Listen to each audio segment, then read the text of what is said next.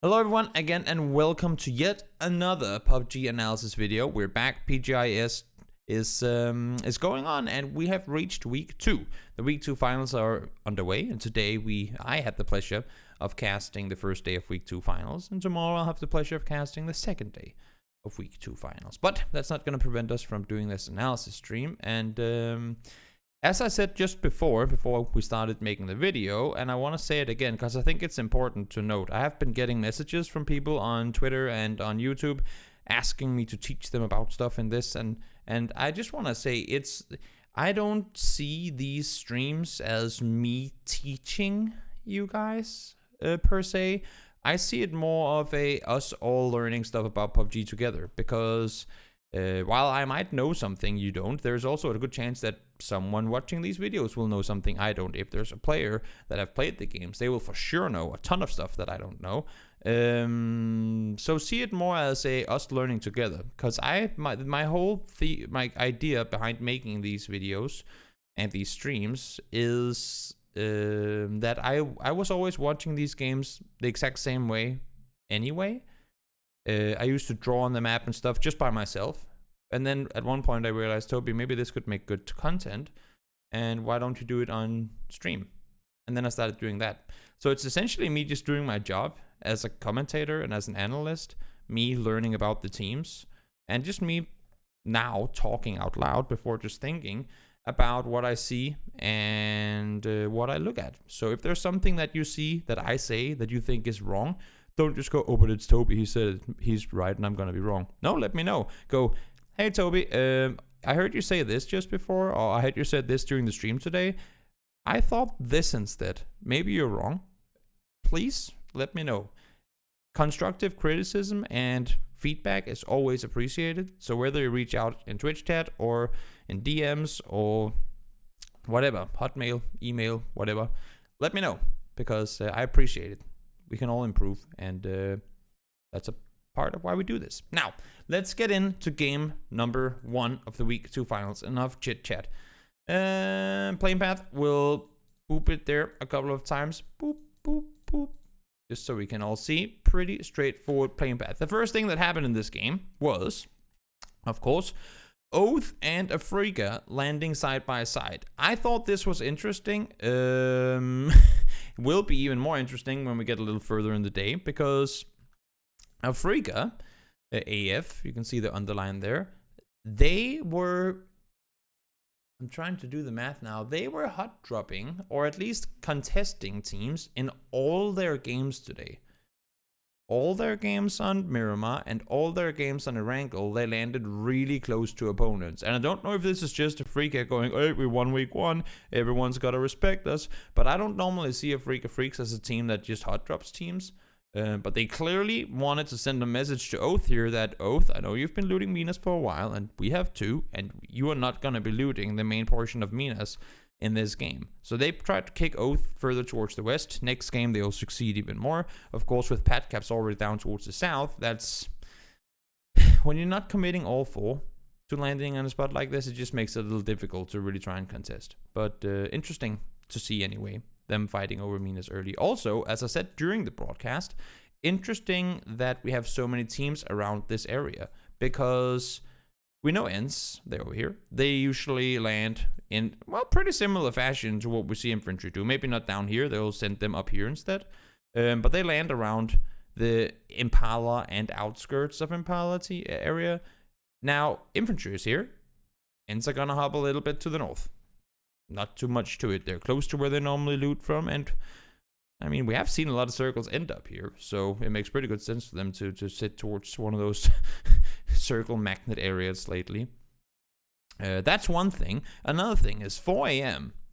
They're now split like this. I'll change the color a little. Maybe it's easier to see if we do it like that. 4 a.m. they're now looting like that. Usually, they'd be going something like this. And loot something over here as well. But Bury Ram are in here as well.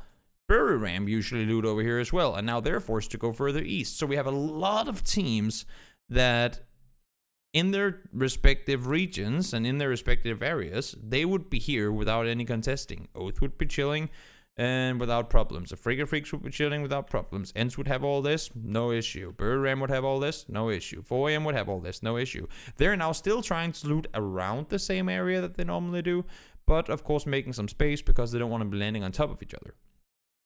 That means, and that's what I said during the cast as well, that means that where normally, if we kind of cut this area out, let's just do it like this. Normally, in this area, you would see, I want to say 2 teams, maybe you would see 3 under normal circumstances. Maybe you would have a team like Ents, for example, that hub up here a little bit and take some split looting here, but they would also have players down here, so you wouldn't really consider it a full team within this area. Now we have 5 teams within this small terrain, and not only is that, of course, a ton of teams, but it also means that for all these teams that are out here to the west that have to rotate into this circle, this entire rotation path becomes a hellhole. You don't want to go anywhere. I mean, if we draw it on the circle, right? You just don't want to enter the circle anywhere here. Anywhere here, you do not want to enter, because there are already so many teams up in this area that trying to make your way through is, well, either you get shot out of your car or you do some crazy shooting from the car yourself. That does happen a lot lately. But either you run into trouble and get kind of tossed into the pile of teams up here, or you just end up dying. But of course, teams don't necessarily know this, at least not in the first game.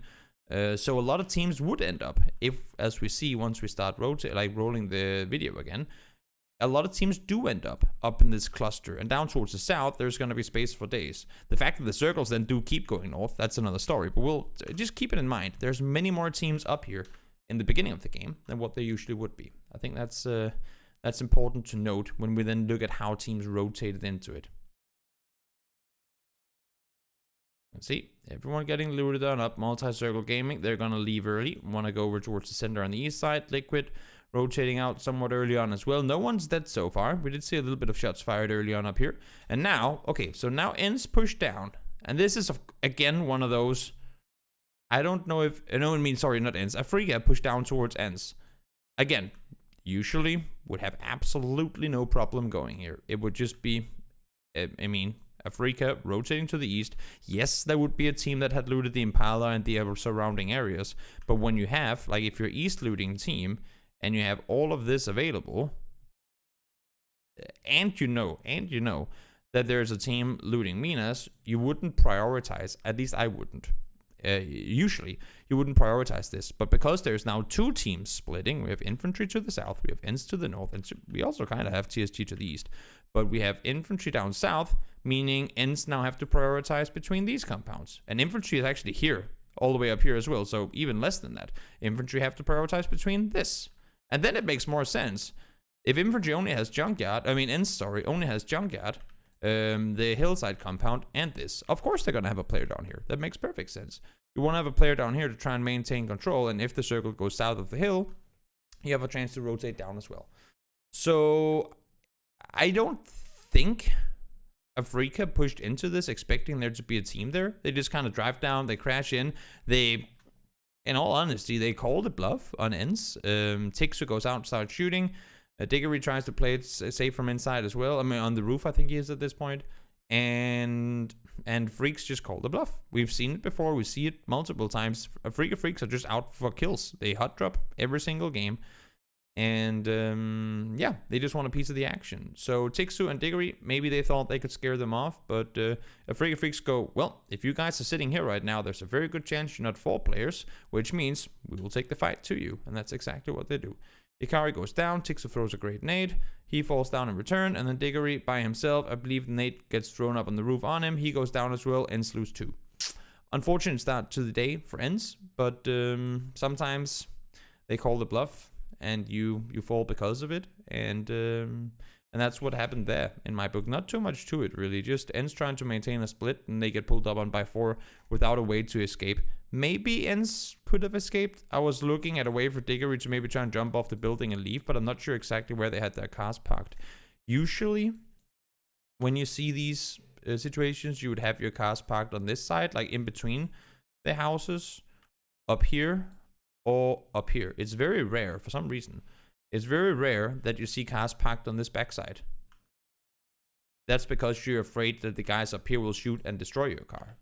But they had control of that too, so maybe, and I can't actually remember where their vehicles were parked, but maybe if they had their cars parked here, there would have been a chance where they could get out and at least try to make a run for the hills. That would mean that Squeak and Rustenmar, who currently are not at all in position to help, they would have to go out here and hit every single shot, because if they start accelerating uphill in a vehicle and 4 people are shooting at them, even though they're driving away, it's there's a good chance you're probably gonna get killed, or at least tagged pretty badly trying to drive up that hill. But either way, ends lose 2 early on. Unfortunate start to the game. In the meantime, Buram come in from the north, 4 AM as well. 2 of the teams that we saw looting kind of in between one another over towards the northwest side of the circle before. Oath, they've managed to wrap underneath. Freak of Freaks, all 4 players sitting inside that compound now. TSG split out towards the east. Genji, south. Infantry, south. And as we said before, as you can see here, if we split the circle kind of in half, we have 1, 2, 3, 4, 5 teams on the south side and 11 teams on the north. That's what I was trying to say before. Virtus Pro, they came from up here. They didn't up to wrap around into all of this. They said hells no, and they wrapped underneath instead. And now they're coming into the circle with plenty of space. Again, circle, they'd end up going against them. It would end up here somewhere. But had the circle gone south, they would have been in a complete prime position to take all the real estate they would have wanted, because they would have been able to pull up on teams that were in split. I mean, no one there, but everyone is still in splits. So if the circle went south with next circle, VP could have crashed over to like N's compound or up to Liquid before they would have been able to reunite in whatever fashion they would have wanted to. So according to the first circle, N's is in a very good position and had a very smart rotation early on here. Next circle pops, and now we go northeast, and this is where all kinds of hell breaks loose, because if we try and draw up this mountain side right here, there we go. This whole area is all downhill in like towards the south. I know there are some flat terrains and stuff, but now I just drew it for the overall purpose. So it's all downhill in this direction, which means that if you're down here, and I've explained this before, but I'll gladly do it again. If you're down here, anywhere south of the hill, there's no way, it's simply impossible to scout up here. If you have to rotate from down here, if you have to go through this, around this, I don't care. If you have to go from down here, up here, you can't scout. There's no way to scout. Only when you get up to the hills, then you can start looking forward. And even then, it's pretty minimal what you can see, because especially by the saloon here, it goes kind of downhill on the other side, so you practically can't see anything before you're on the road itself. So extremely difficult to get eyes on what happens on the other side. Same thing the other way. If you're sitting up here in any of these positions, it can be really difficult to scout what's down here because of the way the hill is. So right now, we have a ton of teams that have to come in from the south and rotate their way up. We have teams on top that are now further out than they normally would be because there were so many teams here to begin with. You can see there are way more teams sitting on top of each other here on the west than there normally would be. But because, I mean, that goes back to what we talked about before, with so many more teams being in this area than what we had seen prior. So with all this, and all these teams having to go east, they're going into areas with absolutely zero info. They're going into areas with absolutely zero info. And what's the result of it? This whole area up here just becomes a death pile. So much death ensuing on this west side of the mountain. Everyone is trying to send it forward. Buram do get themselves into a good position. Ends try to go for the same. They end up not getting that. I think they wanted to go, but then it was like, okay, there's a team already there. We'll just continue over on the other side. In the meantime, teams are fighting in these hills, and the main issue with these hills, GX and TSG fights as well, the main issue with these hills is that you can't sit here with teams around you. It's like if there's an opponent in the very next dip, you have these ridges that go kind of, what do you say? vertical, vertical, horizontal on the map here, right? They go north to south, these ridges, and it goes downhill, which means if you're infantry, you'll be able to see people uphill because the what do you call it? The crevices, the dips are facing your way. So even though you have a team here and you have a team here, if there's a dip in between you, that's not a penis.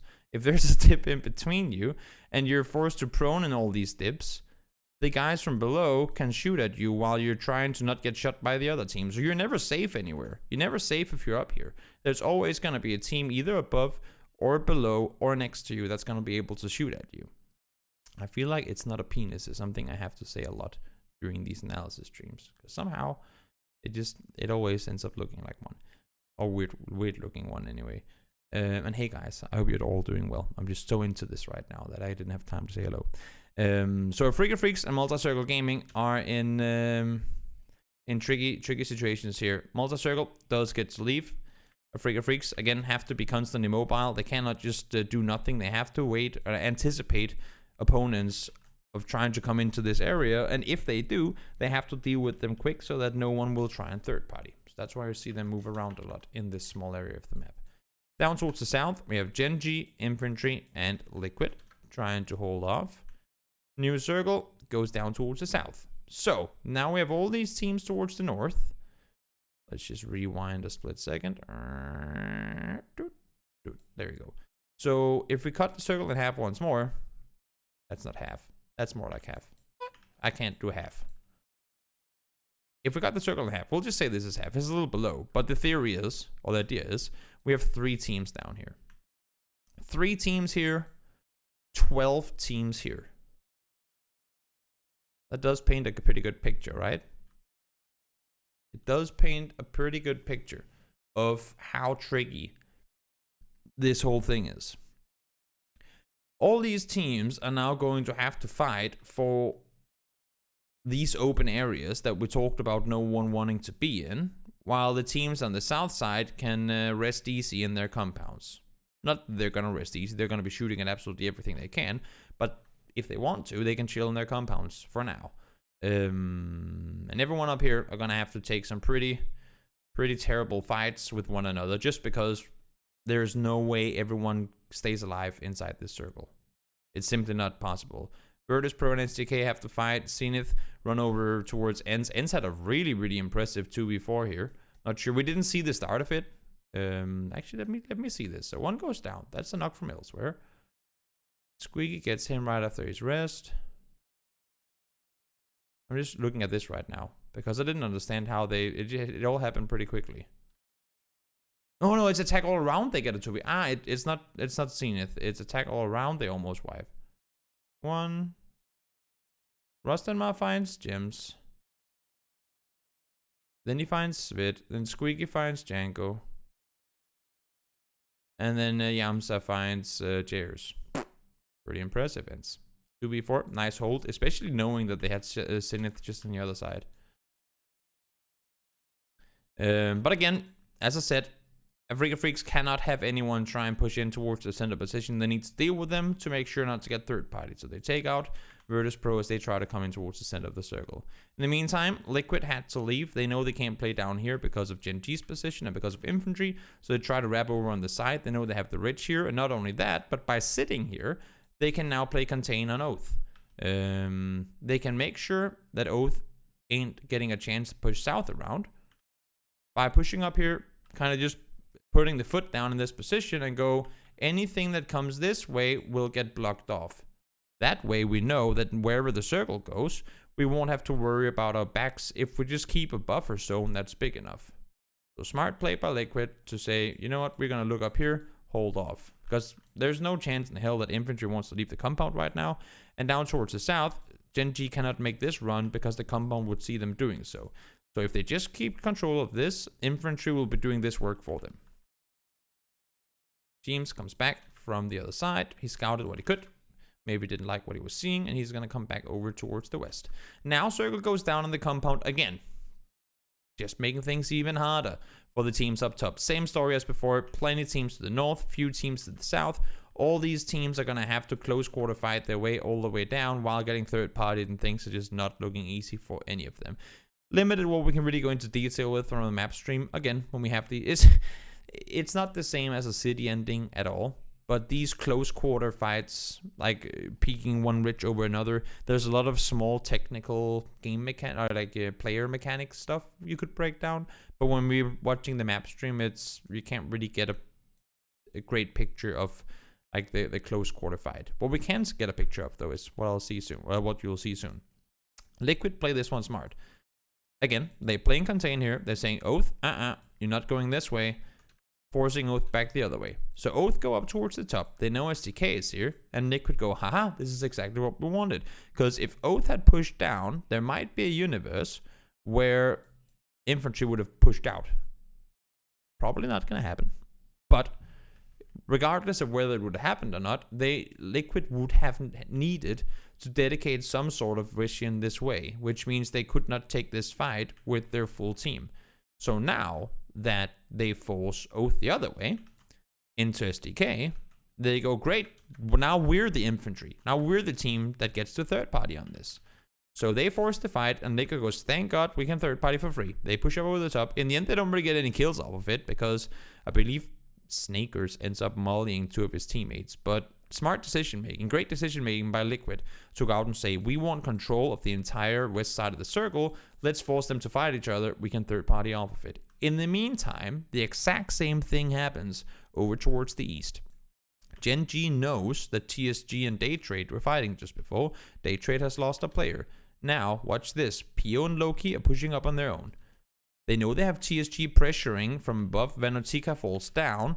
And that really, that sets up this entire push from Gen G. Not only did they just get the circle, but that right there means, great, now they're 1 less. We know there were 1 less before, and now there are only 2 left alive. So even though you never want to have to full speed send it into anything, but if we have to, at least we know there's only 2 guys over here instead of 4. So they run back down to the compound. They don't want to be running around in the open, because they still have to make sure that infantry don't run out this way. That's why they're staying down here. They're dedicating 3 players to make sure that no one is running this direction. 3 players. So that infantry don't go this way. So that Liquid don't go this way. And it's a smart decision, because as you see here, they actually are out. They're leaving the compound. But they cannot go this way, because if they do, then Gen G will have to focus on 2 sides, and that could be them getting third-partied. So they stay down on the edge, making sure no one can make that run down Ridgeway, looking around, making sure they're not here, and once they see infantry run up the hill towards the Liquid and SDK fight, and a Freak of Freaks for that sake, once they see them go up in this direction, they go, great. Now we don't have to worry about that anymore. Now we can go over and finish the fight we started just before, the 4v2 against Daytrade. And not only do they go there, they're full speed sended. They go in 3 vehicles up the hill. They drive by, I believe, Poochus. They take down Neurons in the end of it as well. And look at how much space they get for themselves now. They even still send Anonix down to make sure the remaining infantry players don't try to come back. Now they find Poochus a little later.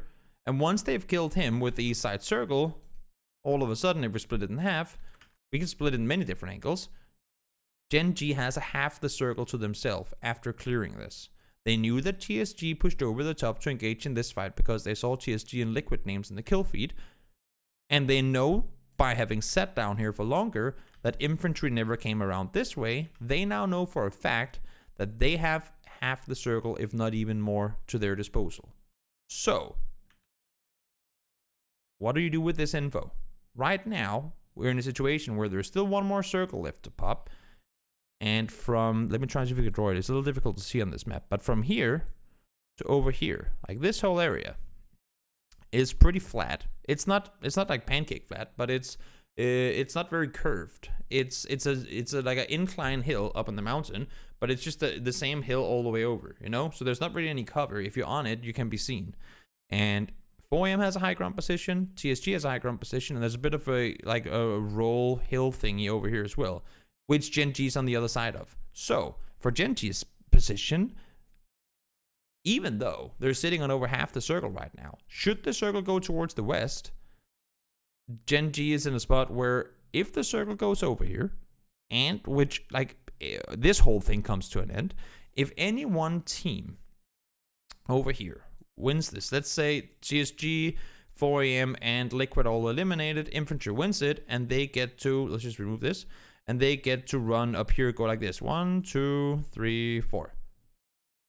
And if Gen.G then have to come this way, then there's nothing you can do.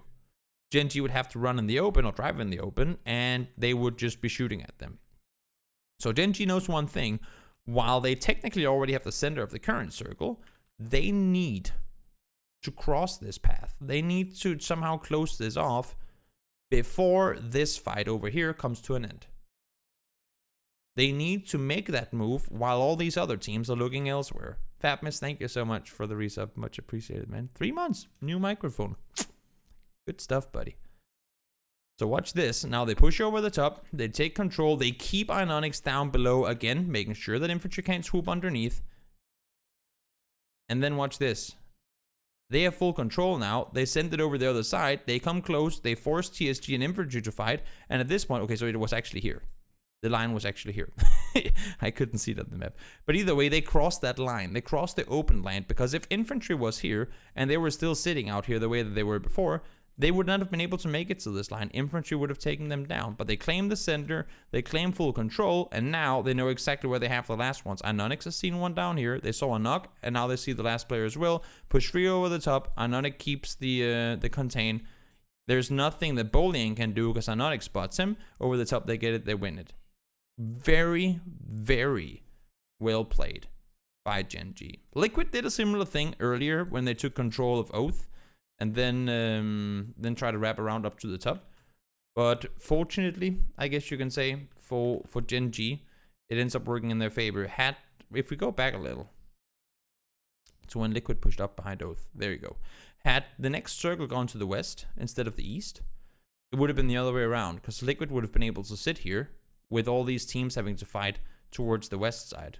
But because the next circle goes over to the east, Liquid ends up becoming the kind of the back tail of this whole thing, and they get caught in the cluster.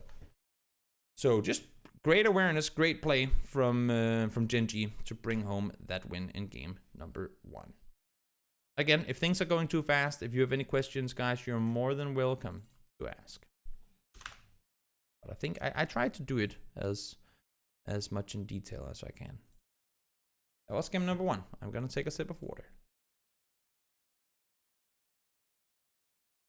Thanks again, Pep, for the 3 months. Truly appreciate it.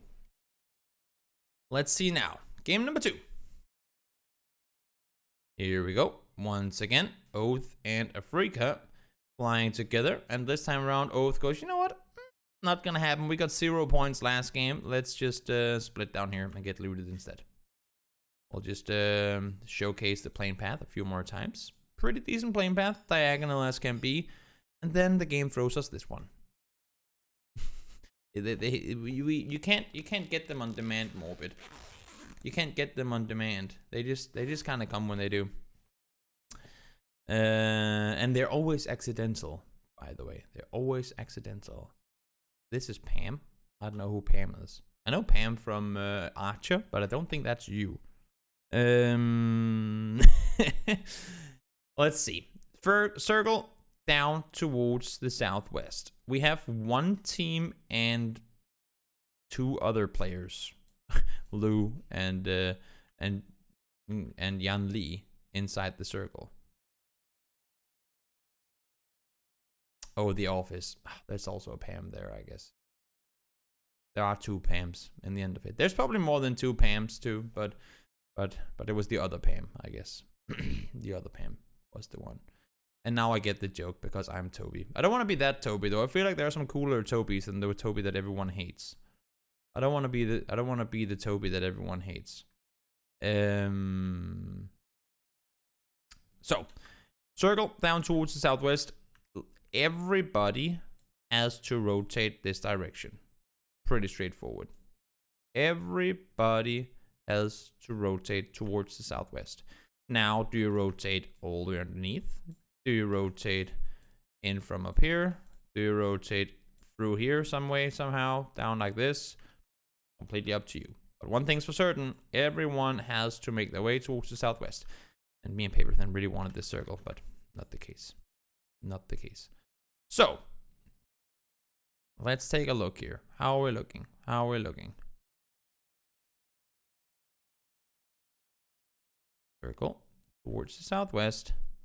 Liquid try and draft past Lou. Lou goes, uh-oh, they found me. Now they know I'm here, and they back off. And this is something that I feel like mainly EU teams will do more, is that, watch this. Lou is sitting on his own, and he's starting to shoot at the rotation coming in. James gets knocked off the bike, and instead of just running away, because earlier in the day, it used to be that if somebody got knocked, the rest of the team would just keep on driving and go, oh, tough loss, we lost one on rotation, let's just keep rotating. But now we see it with FaZe, we see it now with Liquid as well. Many other teams do the same thing. They go, you know what? I only heard one guy shooting. So for now, once we get James back on his feet, we're in a 4v1. Lou, you're going to regret your decision. So they push over. They realize, okay, he actually got away from there. In the meantime, Mexi goes to the res. Virtus.pro is allowed to leave because of it. And I'm thinking, and it might be a little weird thought, but I would love to hear Liquid's thought on this. I'm thinking that had this not happened, had Liquid not got shot by Virtus.pro and been allowed to continue their initial rotation, which was to just go up here, continue this way. You could see they were kind of going towards the west and maybe go further down towards the south. Had they been allowed to rotate and move forward, they would have went further in than this compound. They end up going down here. We'll see that in a second. They end up taking this compound and they end up sitting here for a long time and end up getting third place, I believe. Yes, because this is the game that ends 1. So they end up getting third place from this compound. But I'm thinking that had the game, or had they not been stopped here and gone, okay, now we took long with this, now maybe we cannot go as far, they wouldn't have sent it up here. I could be wrong. But I thought it was a fun thought anyway, because you see they get beat by Virtus.pro. They even see them rotating forward. They get beat by Virtus.pro in the rotation. We know that Liquid likes to sit in this compound. But I thought maybe they would have wanted to go further down towards the south had it not been because they got slowed by BP, who then also managed to make their way in front of them. Just small things, you know. I would try to really punish a team, but in the end, you actually kind of help them out. So let's see. Everyone else still making their way down. A lot of teams coming in from the west, a lot of east, and a lot of teams coming in from the west here as well. And not that many teams coming over the top because it's hard to rotate into. You have the city, you have the big open, like really, really open fields down here. Mainly this kind of rotation in. And especially these compounds already taken, it just makes it so difficult to rotate through like this. So a lot of teams coming in underneath, over the top, from the northwest as well. And let's see. Not too much happens in the center while all this goes down. And I'm actually surprised, I was surprised, to see that no one went down towards the south at all. We do have both GX and 4AM trying to maintain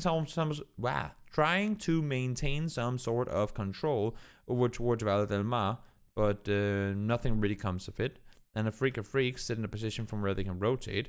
But no one else, like no one opted to go all the way across. No one stayed down here, like in these compounds, trying to, like, getting ready to take boats over. And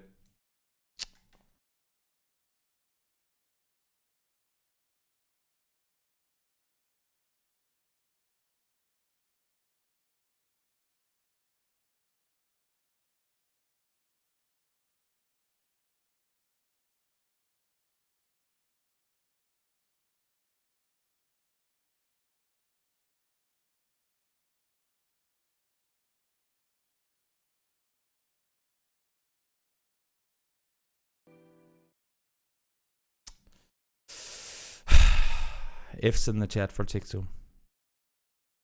F's in the chat to pay respect for Tixu. That's unfortunate. You hate to see it. You really do hate to see it. That is real unfortunate.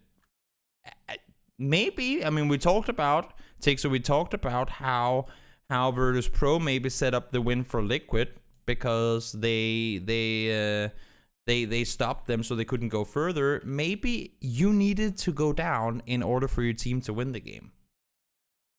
Maybe you were the sacrifice to the evil witch. Maybe you were thrown down into the pot and she was doing her witch laughter while making all the magic happen for ends to win the game. Maybe you were just the sacrifice after all. I decide to believe that that's what happened. It was all on purpose. It was all planned and on purpose that you were to be sacrificed that game for the team to win. And if you believe in that yourself too, then hopefully you don't get as frustrated as I'm sure you were when the situation happened. I'm sure it was quite frustrating when it did happen. Maybe some Finnish swear words were said as well. But either way, let's continue. Yeah, no wonder we didn't see you. You were all the way up there. You were way far away. Did they wait around for you? They kind of did. Maybe that's what happened. Maybe that's why they didn't get further into the circle. Because they waited for Tixu. And in the end, they get a win because of it. Gotta take the good with the bad. And I guess it's even though it sucks not to be able to play, at least the team won the game. So that's something. I actually kind of failed to notice that. How ends were only 3 for so long. I think during the game, I said that Tixu, I mean, I speak of you in third person now, but I think I said Tixu went down earlier, just like in a fight. I think because there was so much going on in the game, I didn't even notice that down here ends were only 3. I noticed when Tixu died that I thought it was weird, but then later I had kind of forgotten that that happened earlier because that's so much had happened in the meantime that that I just kind of thought you died in the midst of all like getting out of Chuma. Interesting. So let's see now. New circle's gonna pop, and I want to give credit to Daytrade. Daytrade played pretty well in this game. You can see Vanonchika is alive, and then Genji PO does his PO things. PO is like a half kilometer, if not even more, away from his teammates. Goes up, kills Vanonchika, and all good and dandy. Up the hill comes Genji. They now have control of this, and this is one of those positions that if you're in the compound, you don't want to have a team here. You never want to have a team here, because if another team pulls up on you, you can be damn sure these guys are going to come third party. Or if you get knocked, whatever happens, you just do not want to have teams sitting right outside your compound. That's what we saw with VP. We're going to go into it a little later. Don't mind me, because time to... okay, there you go. Okay, so they kept going. No, but you don't want to have... you don't want to have anyone sitting around you like this. It can really become a thorn that in your heel when you're trying to do something from the compound. So what happens? Even though Daytrade don't push out instantly, of course, it just lost a player, so might not want to do that. But look what happens here. I believe it's Virtus Pro that try to rotate through. Yes, they're sitting down here. They rotate on the next circle, and they do something that I think was pretty interesting, or not interesting, just really smart. To be fair. Maybe that should be a new emote on my channel. To be fair emote. Toby Fair. Is that gonna be my new name? Toby Fair. The name is Toby Fair. No. So VP, I'm gonna do this one just for you. Tries to drive through here. That's actually more of a percentage sign than a penis. VP try to send it through the middle to find anywhere to play from inside the circle. Daytrade. Not only do they hear the vehicles, but they realize Genji is full on focused on what's going on down here. And they go, aha, we'll utilize that. Norins finds a knock. They come up, they get the flash on it as well. And then they force them off. They get 2 kills. They force Genji off, and they get rid of their problem on the compound. Super smart play by Daytrade. Then they can run back down, and now they know they can play. I mean, even though the compound is out of the circle kind of at this point, they have gotten rid of the issue.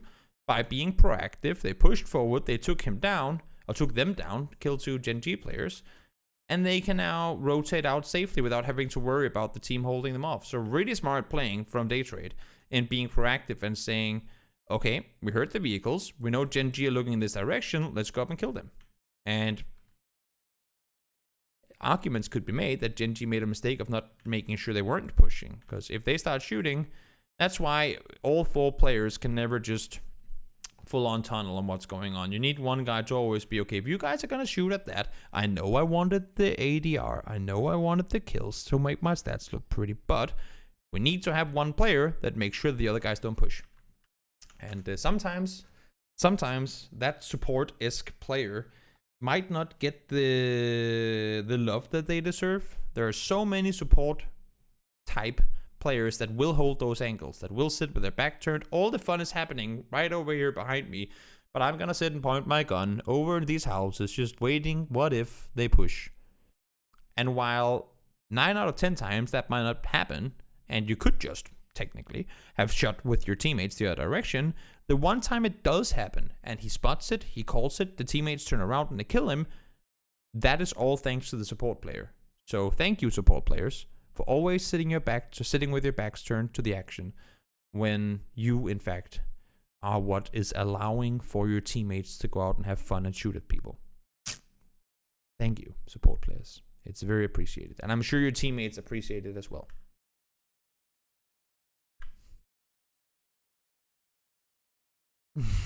Me is the support player. No, Heinz, you just don't know how to hit people. You can't just blame bad ADR on being a support player. It has to go hand in hand. You know, you cannot just say, I didn't get any damage, that's because I was the support player. It doesn't work like that. I'm kidding, by the way. I hope you know. In the meantime, there's a big area here. We'll draw it up. And this is a fun area because this is actually where the game ends up ending.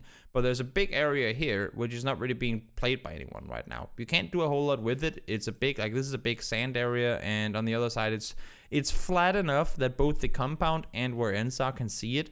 So you just cannot really utilize it yet before some of these positions are out of play. In the meantime, when we take a crop at the circle here, we have everyone down towards the south.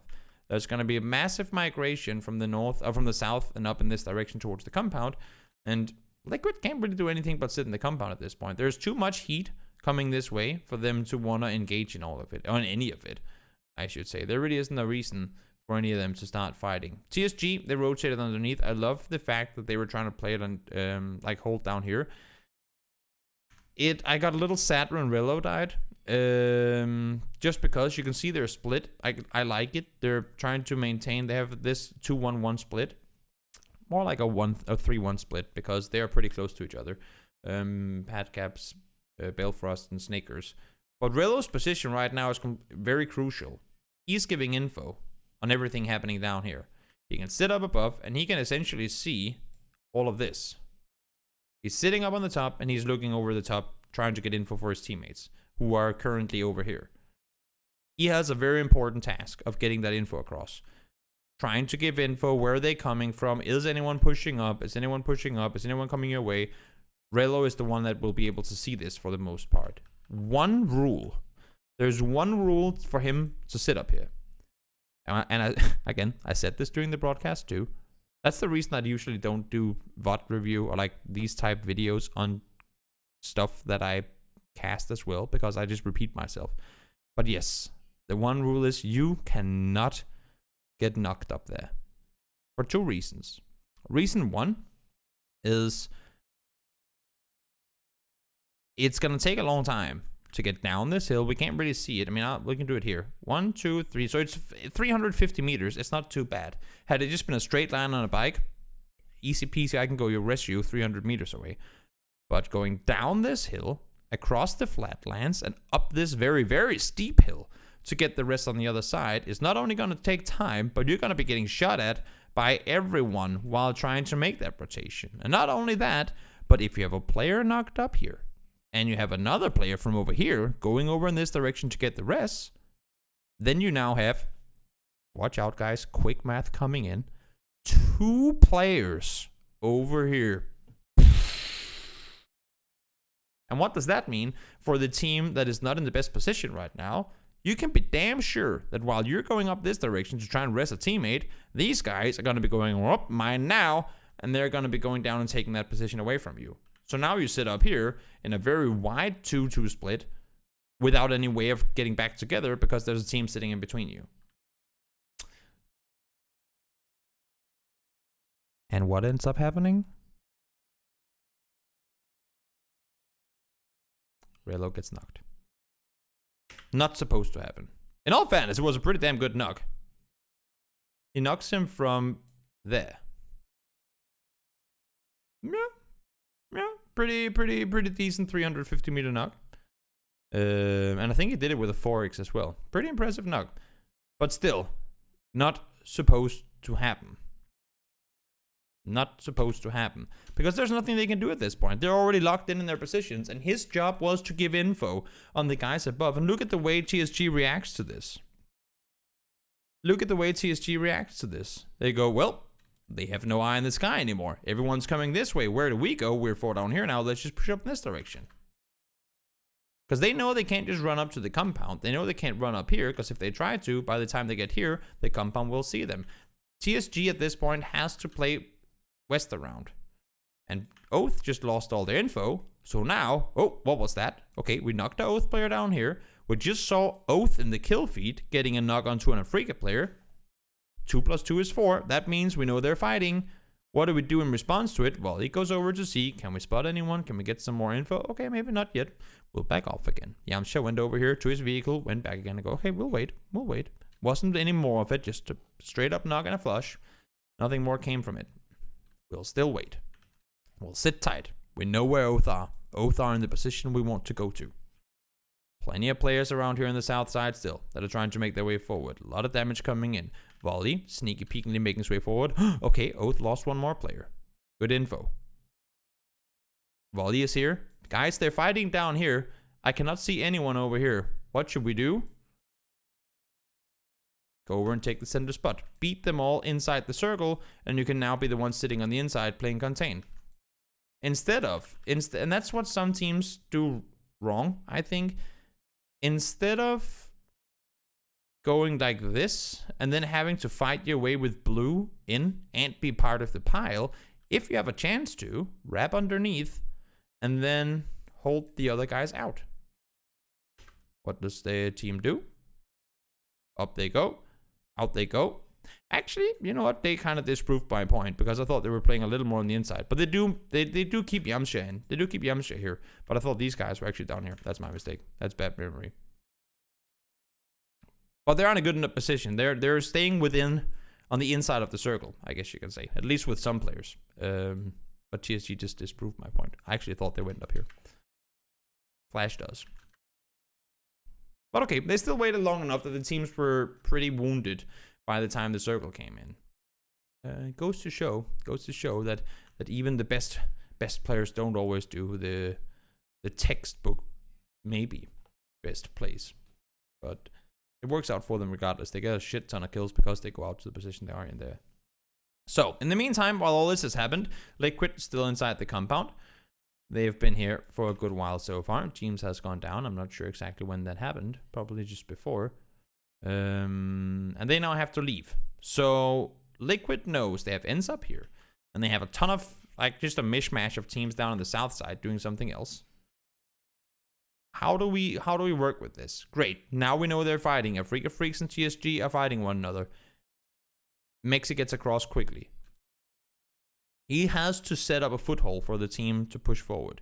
He is now the guy that has to make the surprise attack down towards the south and allow for the remaining teammates to get out of the compound. Because they know, unless if they get an absurd hardship to the east, there's no way they get in this compound. So Mexi runs out, gets to this position, and he right now has to make sure, his main job, his only job really right now, is to make sure that EP and Clip can get across safely. That's the only task. You don't have to push up and fight everyone. Just make sure that they cannot shoot down in this direction. And of course, while the fighting is going on here, that's not going to happen. So Mexi sits tight, try to push over the top, tries to get info for his teammates. Clip runs back, realizes, oh, okay, I didn't have time. I'm going to go back to the compound again. Then he gets knocked on the way back. EB does manage to come over and pick him up. And now we reset. Now we have the exact same situation happening once again. And while one team failed to push out of the compound, because they kind of did, Clip came up and was like, oh, no, no, no, no. Then Volibear, you see Volibear coming down. It's kind of funny to see from the map perspective, actually. Because Volley comes down while Clip is running this way. Clip and Volley's eyes lock. And Volley goes, that's a nice kill for me. And Clip goes, no, no, no, no. And starts running back the other way. But while Liquid fails to leave the compound in the first try, what does ENCE do? Because ENCE have the same kind of idea. TSG are fighting. The hill is looking down towards TSG. This is now. This is time. Oh, wait, did we just get a knock from TSG on Multi-Circle Gaming that we know we're the ones playing the top? Now it's the super even more time. What do? Get yourself some vehicles. Get going. Get up on that hillside. They know these two teams are fighting. That means they cannot be looking in this direction. They have to be looking in this direction. This is our time to leave. Had they been sitting for just 10 more seconds, that could have allowed Liquid to push across. They could have helped them out. They could allow for TSG to finish their fight. They could have pushed up and held them out. But ENCE knew exactly when to go. They utilize the time. They get across. Rustanma stays behind for a second longer, tries to get info. They get over the hill. They get the kill. Easy peasy, lemon squeaky. Aha, see what I did there. ENCE. Great performance, or great job from ENCE, reading the situation well and knowing when to leave. Similar to what Liquid did on the other side of the circle. They're both trying to get into the circle in each their respective way. And not only do ENCE get into the circle, because they could just kind of have gone like that, but they get the high ground. They get up on the hillside. They can now sit and see and look down the hill and have complete control of what goes on. They know that Liquid are still down here. They heard and saw, and they probably didn't see, but at least they heard Volibear knock Clip, and since he hasn't been flushed yet, they know there's still something going on down here. And now they're in position to maybe look in that direction. So let's see. Mexi pushes up, gets info, spots one, gets down to low HP, but does stay alive. EB is allowed to cross. In the meantime, Volibear is trying to play contain, doesn't get to see, or doesn't get to take out Clip crossing. Now we have Liquid with 3, ENCE with 3, rest in peace Tixu, and TSG with 4.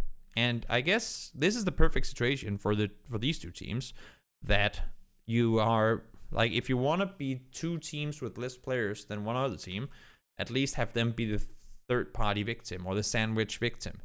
Now the only this is where the tug of war starts. I guess what's the opposite of tug of war? Is it called hot potato? Like, or like when you know, in that, have you ever played Mario Party? I think most of you guys have, where you have to throw the bomb to each other. You throw the bomb back and forth, and you and the one that has, obviously the one that has the bomb, when it explodes, dies. You know, so you keep throwing the bomb, you keep throwing the bomb, you keep throwing the bomb. Hey, Sensoria, thank you so much for the raid. Merci beaucoup. Merci beaucoup. Comment ça va? Thank you. Thank you. Thank you. Much appreciated. You can't miss the references.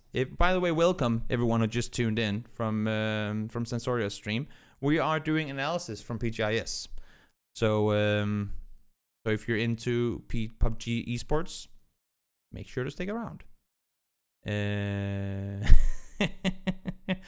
No, but either way, this becomes a game of whatever I just tried to explain from Mario Party, because Liquid, their dream scenario right now is that TSG runs up here, fights ENCE, Liquid can come in from behind and kill them. That way, win the game. In the meantime, ENCE is trying to do the exact same thing. Force TSG to fight with Liquid. That way, ENCE can come in and third party. They both want to be the team that gets to engage last. TSG is, I guess, praying that somehow these two teams will fight each other and they can then run in and fight, but they also probably know that's not going to be the case. Maybe if they're lucky, one of the ENCE players will get a knock, maybe on one of the players playing behind, and then they can push and clean this faster and then take the fight uphill.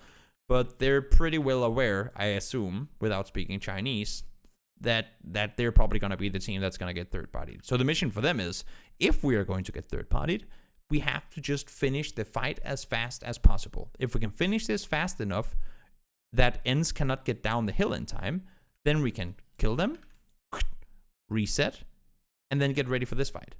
And then maybe if they're lucky, it could be a 4v3, don't get a loss, and then another 4v3, so that you can have the advantage all the way through. Now, that doesn't happen. First of all. Second of all, ENCE does something smart, which we cannot see on the stream, but ENCE actually, instead of throwing smokes where they are, kind of doing smoke paths down the hill, they just do this. They just go, well, TSG, we know you would want to see what we're doing, but we're just going to smoke you off. We can't see you, you can't see us. That's alright with us, actually, because when you try to push in now, since you can't push through here, there's your penis, since you can't push through here, you're forced to take the fight to Liquid. So by just blocking them and themselves, they block everything off by throwing these. By just blocking everything off, they force this fight to start, and then when the smokes go away, they can push down. Look at what happens. Smoked off completely. TSG are forced to now go and play below. They take the fight. ENCE can't get eyes on. They do manage to get the kills. And that's the issue. That was the only thing ENCE didn't want to have happen. The only thing ENCE did not want to see was this. They get all the kills faster than ENCE are able to get down the hill. And now it's a full-on reset. So while it worked out the way that ENCE wanted to with the third party, with TSG not pushing them, they were too late in getting down the hill, or TSG just wiped Liquid too fast. And now it becomes a 4v3. And look at this, TSG instantly splitting out. 2 guys on top, Ping stays back to play contain on the hillside. Diggory doing the same thing above. He's playing the eye in the sky position. Again, Relo, you cannot get knocked. Same kind of scenario here. You cannot get knocked. Rustenma is looking below. All of a sudden, TSG, not only do they have a good position on this side of the circle, but they also have the dot. They have the dot in the final. Now, ENCE has to make up their mind. Do we want to wrap underneath, try and take the fight? Do we want to push over the top, try and take the fight? Or do we just want to throw our last remaining utility and try and make our way into the circle? They opt to go together. We got to wrap together. We got to push forward. Rustenma, full speed forward, takes the dot. Squeaky, clutch knock there. Rustenma gets the second. Squeaky finds the third. Cleanup duty, 3v1. They get the last kill as well. Very hectic ending fight there. A lot to break down from it, but since we don't have the in-game POVs of all the players, it's a little bit difficult to do. But a very interesting end game where there's so much going on. And again, in the heat of the moment, it's limited what we can really do analysis of. But this push up the hill by ENCE, super smart. Liquid's attempt, I mean, even though they failed once, they tried again and it worked second time around to get up the hill here as well. Very smart by Liquid. TSG doing, they knew if we're gonna take this fight, we have to wipe them fast. They do that. They get to reset. But then, I mean, this just becomes a full-on who's better at fracking out kind of end game. They both low on utility. They're both burnt through vest and helmets, and ENCE end up winning the fight. But great game. Great game overall. That was game number 2 only. Oh my god, we're doing a lot of talking over these games today. Sometimes we barely go into half the amount of detail that we have today. Great. Game number 3. I'm going to take a sip of water again because I talk a lot.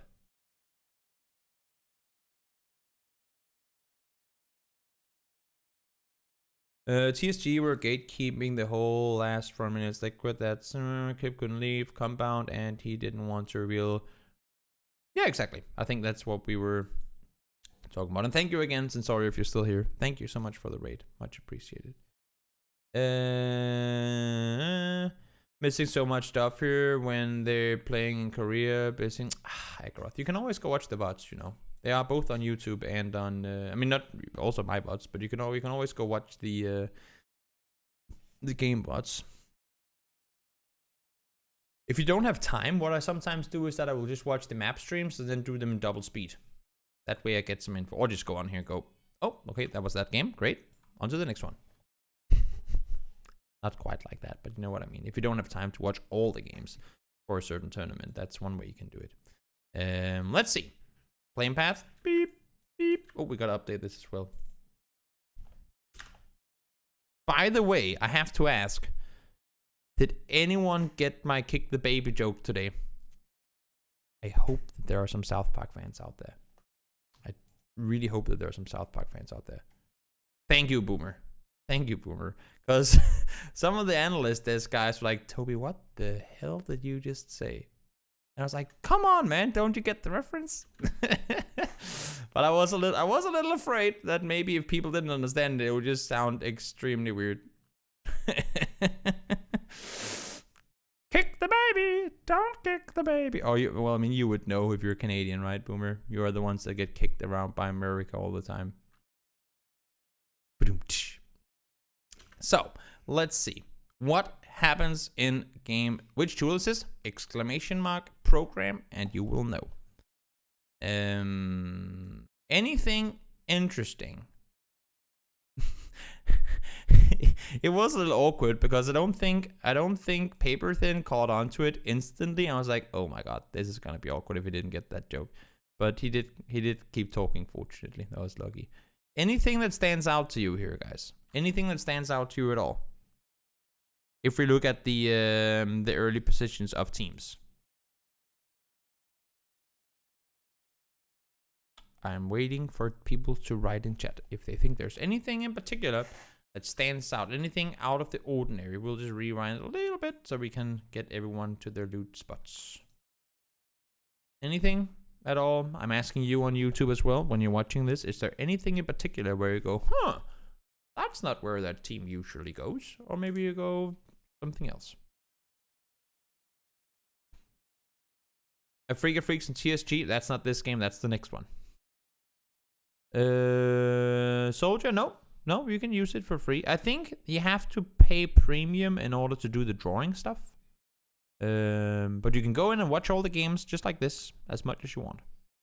If you want to do like all the drawing and all this, then I believe you have to get the premium version of it. But if you just want to use the software to watch the games, then and like pause and scroll in, scroll out, all that stuff, then I believe you can do that without having any kind of subscription. Just make a like sign up and have a membership. But no, there's not too much to this one. TSG up by Stalber, Oath up here as well. We've seen that before. Virtus Pro, they do the same thing they do every game. We look at the plane path. Where is it? Okay, that's the fastest place they could go. Pretty straightforward. I actually don't know, Soldier. I actually don't know. Oath not dropping military. Well, this plane is not a very military-esque plane. If you wanted to go military with this plane, you would have 4 options. Either you hop here, go for vehicles, and you go all the way down there. That's one option. Or else you hop here, gather vehicles, go all the way down here. That's option 2. Option 3, you hop here, get vehicles, go all the way down here. That's option 3. Option 4, up late, go all the way down here, and drive. Those are your 4 options. First of all, they're all going to take a ton of time. Second of all, with this plane path, we're not going to get a military game. And then you can go, but Toby, how do you know that?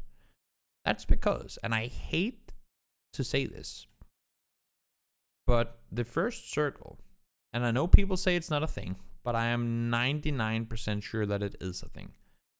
The first circle always touches the plane path. And we can go back and see even the absurd ones. Let's see this. Even the absurd ones. The first circle always, to some extent, touches the plane path. In case you didn't know that, now you do. And it's not a normal thing. In normal public matches, this can happen. Like you can get circles that you can get the plane there and a circle that looks like this very easily in public games, and probably in ranked games too. But in esports games, and I do not know why this is a thing, because I do not think this should be a thing at all. We should be able to have planes that go like this and circles down here, and plane paths that the usual like this one. And a Stalber circle. That should be possible, but it isn't. The circle always touches, the first circle always touches the plane path. That's just how it is. It does. Maybe you're probably right. I haven't done analysis of ranked games, so I don't know. I tend to just play them and die. That was quick, Boomer. It would be too hard for the players. That's my response to you, Mihai. You kidding me? Too hard for the players? They've overcome worse. If they cannot, okay. Look at the size of this circle. How big is the circle after they changed it? Let's see. Almost there. 800 meters, 1800 meters. 2,800 meters. It's almost 4 kilometers wide. It's almost 4 kilometers wide. So you're trying to tell me that even with a plane like this and a circle that's almost 4 kilometers wide, it would look like here and I guess in this case here. That is now a circle, because I draw very pretty circles. How would you not be able to get into this circle? Even if you loot down here. You know? I think it's weird. I wish the circles could go everywhere. I'm not talking about removing the water circles or anything. Yeah, I am perfect at drawing circles, by the way. At least the length was correct, but the height of it probably wasn't. I can draw a pretty circle. So that's almost a circle, isn't it? Tongue out for extra focus. No, I don't know how to draw circles. I need a tool where I can draw circles, I guess. I need to have Twire make that. Give me a tool to just like draw a circle. There is a tool to draw circles? Wait.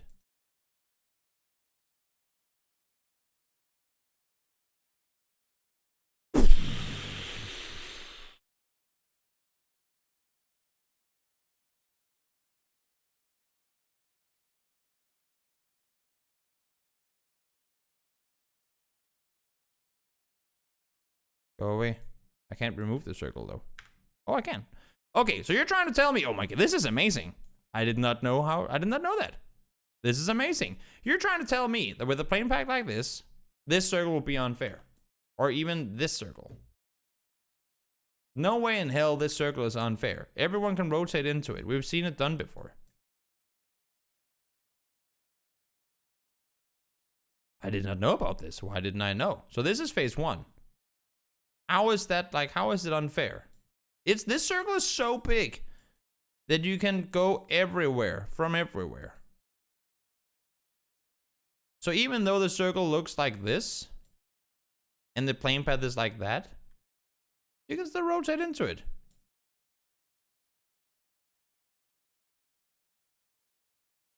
You can easily do it. Easily. Thank you so much, company man. I did not know that. Thank you so much for doing the work for me. That is very nice of you. I did not know that was a thing. But yes, I think that should be removed. I don't know why it is like that. So that the plane path and the circle touching thingy. But I don't think it should be the case. I do not believe that it should be. Now let's see. Circle pops towards the west. Pretty straightforward. Not going to go melee. Most likely not going to go towards the north. And for the first time in what seems like forever, Liquid gets to loot Pachinki. Hey, and also, I thank you so much for the bits. I didn't notice before, sorry. And yes, Kempa has been playing with Navi again. I did get to talk to Navi's manager, Lyra, as I said during the games as well. He is he's a member of Navi, just like everyone else. And now they're trying him out and seeing how that works. I think it's great to have more than 4 players on your team. So you can try and utilize them in different situations. Now up towards the north, it gets a little chaotic. Almost ending up fighting with attack all around in a situation where they probably didn't want to. SDK wanted to cross on over, but JRs, they're trying to maintain this wide 1-1-1 split, which makes sense. But if you're trying to maintain this split, JRs, you probably don't want to start shooting. He does. SDK turns around and goes, yeah, you can forget about that. And ends up going down. Ends do end up losing 1. In the midst of all of that, Diggory go down. So despite losing a player, attack all around at least gets 1 kill in return. He is a very good player, yes, Mihai. He is a very good player.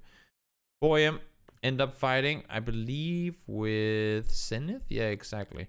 Zenith, they pull up here as well. I didn't understand. There was so much early game fighting in this game. It was so confusing. Infantry lose 1 early. Konaxi had snuck all the way up to the compound, and they lose. Infantry loses 1. We see Zenith go down over here. We saw Ens lose a player early. We saw Attack All Around lose a player early. Just very, very confusing to see so many teams fight each other early on in the game. In a circle that oftentimes is pretty straightforward. Usually, this is a pretty simple early game circle. But even despite that, we lost. Look at this. We're hitting phase 2 now. We've already lost 11 players. 11 players have died. And we're only 10 minutes into the game. That's pretty crazy. I mean, the game prior, I was talking about how impressive it was that we had such a tough circle and no one died at the first 10 minutes, you know? And now, this happens. So, weird that when you have a circle at this simple, we saw how no one was really hot dropping each other. It's crazy to me that so many players end up going down early game. Liquid try to push over. I remember seeing this. Team was like, oh, look at this, guys. We can get the Pachinki Hill. And then all of a sudden, here's like 16 vehicles. Like, yeah, nope, I'm just going to turn around and go back to the compound again. They do get up on the hill, but a little further towards the west. Everyone else tries to push on over, grant themselves some sort of control. Oath in a wide split. I'm not sure exactly why they're made. Okay, never mind. So Oath were, first off, they were split like this. Snakers sneaks his way forward. Figures, wait guys, double bonds are free, and you'd want to sit in double bonds. I'm not sure why Rello felt the need to go there. Yes, it's great to have this, but if you already have full control on the east side, it just seems, I don't know, not unnecessary, but maybe also Snakers should be able to scout that. Maybe you couldn't see cars, or maybe you couldn't see movement. They're running around enough that Snakers should be able to see them.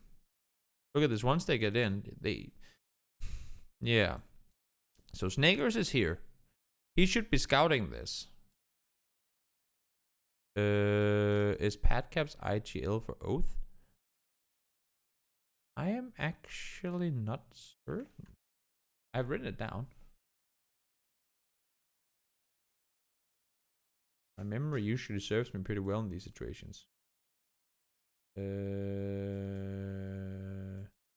believe it is Rello. I believe it's Rello. I might be wrong.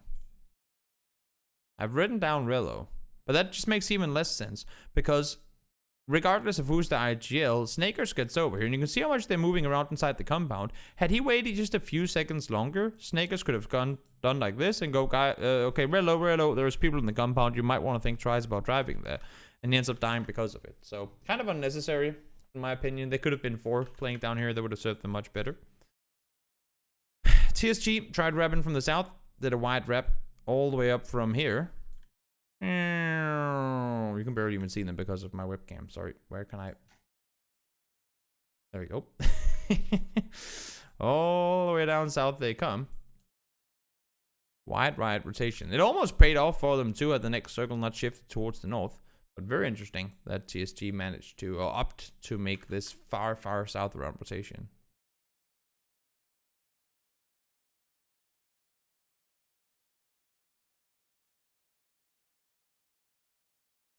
Is there any fact to that, Nicole? That he'll fly out on the 28th? Because even if he does, he's going to be there on the 29th. Then he has to stay in, what do you call it? In isolation for 2 weeks. And then it would be what? What's 2 weeks after the 28th? That's the 14th of February. Then if he gets there, like if he's allowed to play from the 14th, assuming everything went as it's supposed to, he would be playing week 7 and 8. Yeah, he could. If what you're saying is true, if it happens, then I guess he could be playing the last 2 weeks of the tournament, if that happens.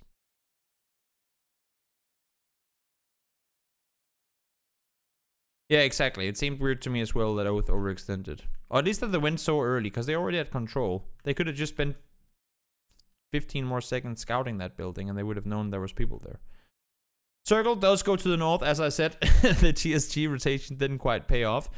This is free for a surprisingly long amount of time. I don't really understand that. Normally, I feel like we always see teams sit here, split something towards the north. Of course, with a hard shift north, or with a south shift, I should say, before. It didn't quite happen, but this is free for a while. Surprised to not see anyone try and take control. Still free. Still free. Still free. Circle now goes towards the north, and now our Freaks come in.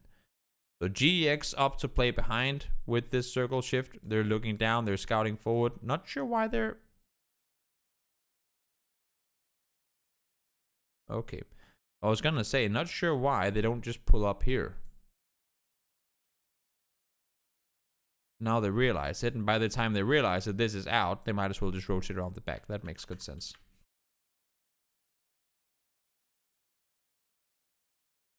Let's see. Down goes some of the GX players. They have the fight with a freak on the west side. In the meantime, over towards the east, this becomes a complete cluster. We have Miramar trying to make their way forward. And then, as they come driving around, because they want to make the rotation over the top down towards the compound, they end up, I'm not sure why they're even having this fight, but they end up doing a drive-by chase thingy down towards the compound. They all end up dying. Like they just collateral damage. They all end up dying because of this fight. In the meantime, while this is going on, Oath again full speed forward. They plummet over into TSG, and I'm not sure what happened that made Oath full speed send it. Again, they could have stopped here. Even though, yes, I know VP could technically shoot at them, but they could have stopped here to scout and look over in this direction. Many things could be done for them to find out if it was free or if there was players there. They could have one stop on a tree down here, but they just up from the hilltop, full speed forward, send it in and end up dying. So 2 situations in one game where, at least in my opinion, had Oath scouted a little more or spent a little more time trying to check it out. I know it's difficult to get a good angle to scout from there, but I believe you might be able to do it from somewhere. And they spent just a little more time scouting, especially now that they know their team's fighting on the south side, then it could have worked out. But it didn't. They ended up going down. SDK, full on splitting out on the north side, wanting to maintain full control. Ram eliminated as well, so as I said, everyone died from the compound down here. Ends trying to wrap over the top, get themselves into a better position. Squeaky's trying to play control up here. We already have 3-4 teams make that inside of Pachinki. Liquid, kind of outside Pachinki, but still. Gems is here as well. Day Trade have to make their way out, and 4 AM are here as well. STK push up, and this is a situation that I really liked. I really, really, really liked this.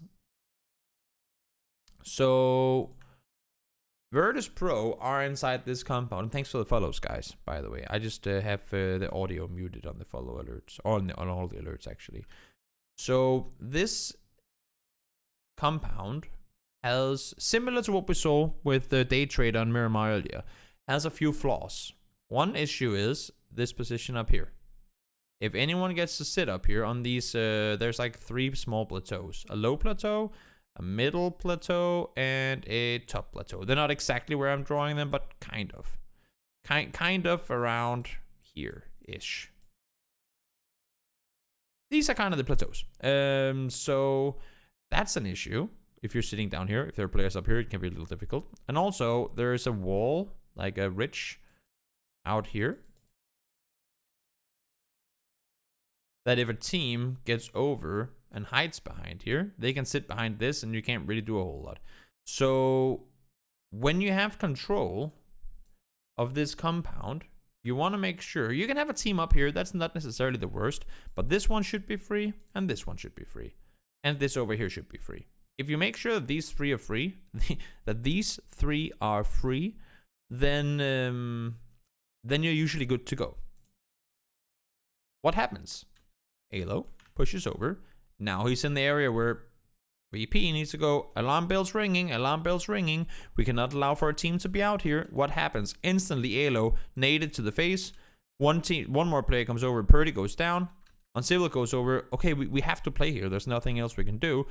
Here comes Patulans going, hell's no, not gonna happen. Takes him down.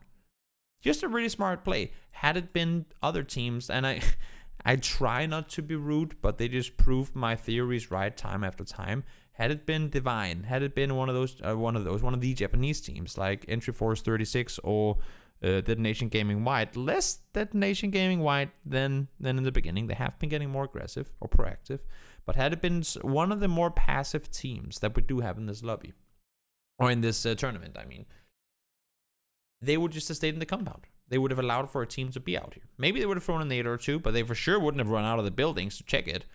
They would allow to be there. And then, maybe, if one of these guys get a knock on the guy in this building, they can push in. All of a sudden, we have trouble. So, just really, really glad to see. Really glad to see. Patulans go out, get the flush.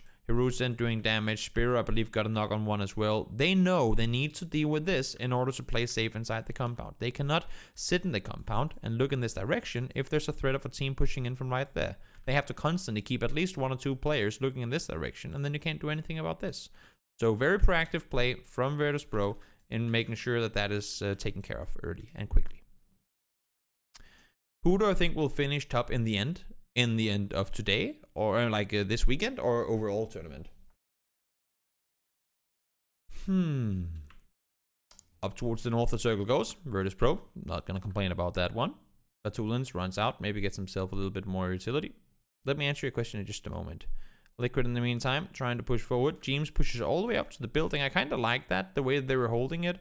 So we saw, down towards the south here, we saw James push up, had full 3-man cover from behind as he was trying to make his way in. He gets all the way to the building, try and hold off, and right now he's just playing behind the small ice cream truck. Doesn't want to push in aggressively early, but he knows that if he's sitting here, because there are still players inside the city, if he gets to sit here, he can hold this. Because if they run this way, these guys will take care of them. That's going to be easy peasy. But even better, if he can sit here and force whoever is down here to run out this way, then they'll be fighting, and that will maybe get these guys into it. That's gonna allow for Liquid to push around. Does that make sense? It's really far thinking, but let me try and break it down one step at a time. If Liquid gets control here, and James succeeds in holding this contain, saying no one is gonna pass over here, that means that whoever is left here, in this case 3 players, will have to go east. If this happens, 4am are obviously gonna try and kill the guys that are coming in from here. So they'll be sitting here shooting in that direction. Now we do have a team down here. These guys are called TSG. TSG will hear all this commotion, and while they might not full on push it because it is uphill and to some extent you're going to be visible to the compound, while they might not full on commit to it, you can be damn sure they're going to have their focus in this direction. Maybe throw an 8 or 2, maybe throw a molly, try and see if they can get a knock on these guys from 4am shooting down towards the team coming in from the south. And while all that is happening, what's James' purposes in all of this is to find somewhere for his teammates to go. Clip is getting rest by Mexi, and if this all works out, and if TSG maybe makes a mistake of overcommitting a little, or maybe while pushing up just a little bit, one of the VP players finds a knock, that's going to give Liquid a chance to push into the circle. Does all that make sense? And while I'm not necessarily completely sure that was the thought process behind making this push at the time, it makes pretty good sense when we look at it from this perspective. Because you can go, why would one player push up like that? They just need to apply enough pressure and make sure that no one runs out this way. That way, they can potentially make space on the other side of the circle. Pretty smart play by Liquid. And whether or not it was on purpose, it ends up having serving that, what do you say, purpose or attempts to. James does have to back off. They do end up running in this direction. But they do also end up getting themselves a spot further forward as they try and make their way in. Had they been 2 down here, maybe they could have done more to force them to run this way. But I like the idea, smart play, for them to try and push forward and get control. James, this was also pretty interesting. So Mexico's down, blue is closing in, they can't get the rest. In the meantime, what happens is that they have 2 vehicles, I believe, or 3 vehicles. James goes, okay, look at me, look at me. I believe he's driving in a car that's almost exploded already as well. And while he's driving over in this direction, all of TSG is looking up in this direction, looking for James, allowing for the for EB and Clip to push underneath. Pretty smart play to bait the attention. He does go down. No way he's going to get rest there, but allows for his teammates to find a place to play from. Batulin's now wrapping out on the same edge we saw before. That is TK came on towards. We'll try and take them down. Ents played smart on the east side of the road. They're very limited in where they can really play from. So Ents have just been playing this one kind of passive in the early and mid game. Circle down towards 4am again. Oh, towards Virtus.pro, I mean, sorry. Ents trying to make the push on forward. Tixu, I thought he was going to stay alive there for a while, but not quite the case. Vehicle was not going very fast at all. Tried to prone down behind it, doesn't end up working. And now Batulins comes over the top because they don't know for a fact where the last 2 players are. So Batulins comes over the top, spots 1, spots 2, backs off, even though he knows where the last 2 players are, even though it's a 4v2, he backs off instantly and goes, hey guys, I know where they are, come up and peek with me. And then they take them down together. Does get a knock, but they're 2, 3 there to kill him.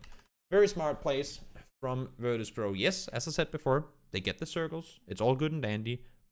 But had they not dealt with STK fast, had they not made sure, like had Batulins not pushed out and played Contain on Liquid when they tried to push down, it could have gone so wrong for them. They would have been held inside the compound and they would have died because of it. So it's because they're really proactive that they end up winning the game. Smart play. Smart playing by Virtus.pro. Now, let's hop over to game number 4. Before we start the game, and also I'm going to take a sip of water.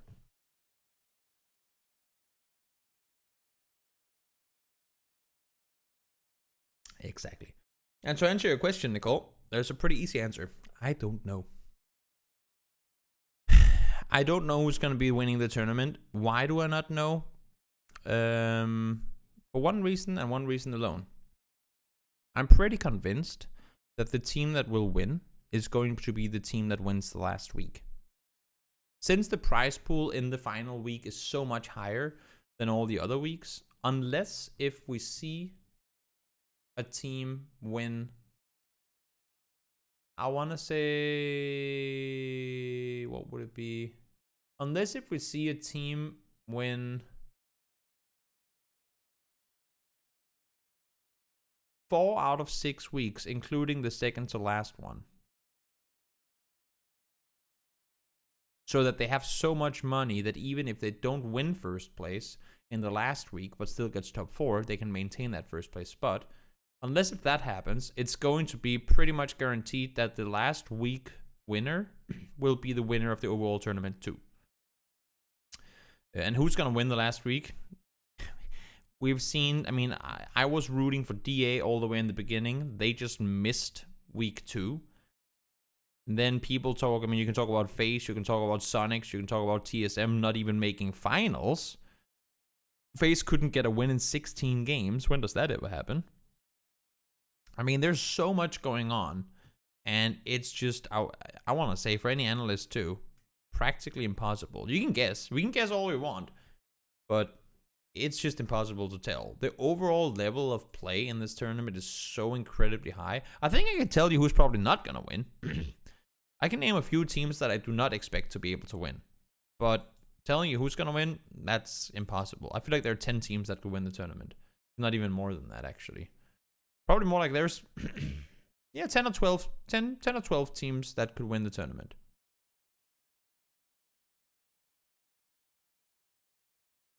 I would say around that. Let's see. New circle, new plane, new game. Where are we headed? And then, of course, we started all off with GSG getting eliminated. I don't even want to go into detail with that. It doesn't make any sense. Who won't win? I do not expect, and I will say this just to be honest. Maybe me saying this will fuel the fire within the players on some of those teams. I do not think Entry Force will win. I do not think Detonation Gaming Wide will win. I do not think GEX will win.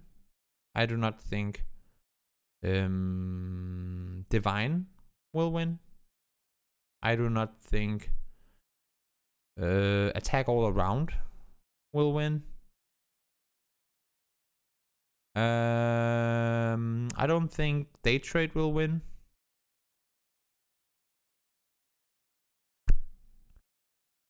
Am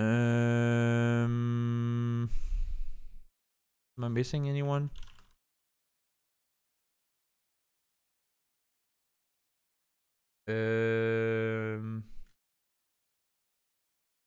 Division X, I don't think will win.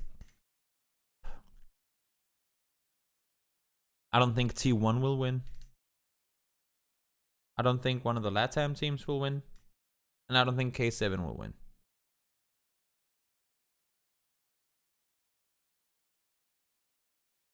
Yeah, that's about it. Other than that, I mean, I'm not going to say they're going to play bad. I'm not going to say they're not going to go out and get wins like chicken dinners, but I don't think they're going to win the tournament. I don't think they're going to win the whole tournament. Damn one, I don't know. I've seen impressive things from them, and I've seen absolutely terrible things from them. But TSM could win, yeah. If they stop losing players early game, there's a chance they could win. There are many things. Like there are so many teams that can win it. That's the thing. I'm just saying the teams that I don't think will win are the teams that, in my opinion, don't play the meta the way they're supposed to. What's happening to FaZe Clan? They can't win games. They, in all fairness, and this week they were really unfortunate with circles just constantly shifting away from them, but so has other teams been. And FaZe could go out and win FaZe could win last week of the tournament and win the whole tournament. I mean, but yeah, I'm just saying some of the teams that I don't feel are consistent enough to rack up the amount of money they would need in order to win. I hope that makes sense. And I'm not trying to throw shade at anyone at all. I'm just, I just think some teams' playstyle isn't gonna grant them the victory of the tournament. All the teams that I just said, they could still probably make top 8, but I don't think they'll win the tournament.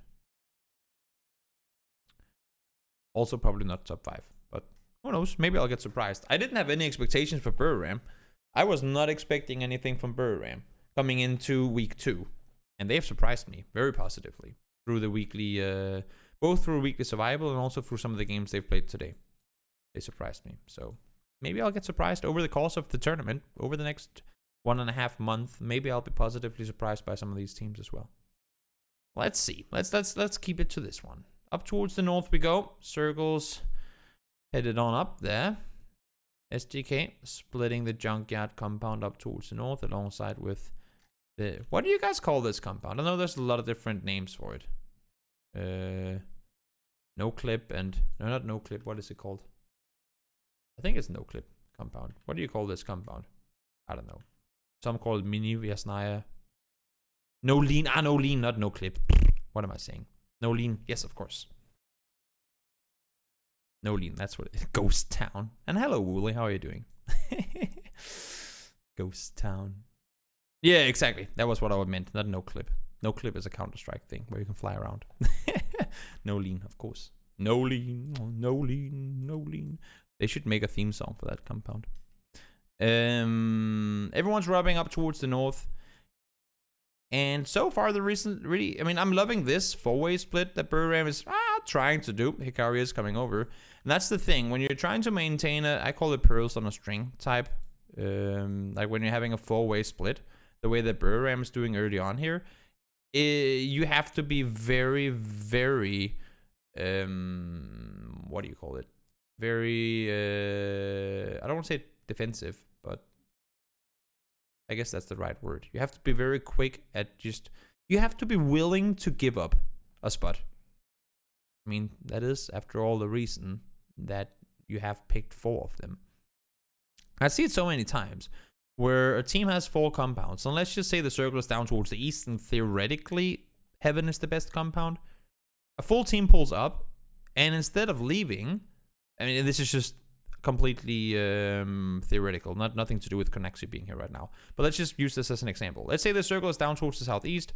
This is the best position of the 4 spots that they have.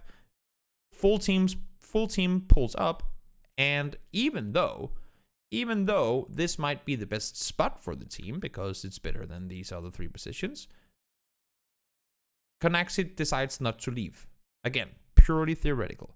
The player in the compound decides not to leave and goes, oh, but this is the best compound. Guys, you can make it over here and help me. But there's no way in hell that all these players from wherever they are, could be there, could be up here, could be here, doesn't matter. There's no way that all those 4 players are able to get over there and help in time before the 4-man team has pushed in and most likely killed that guy.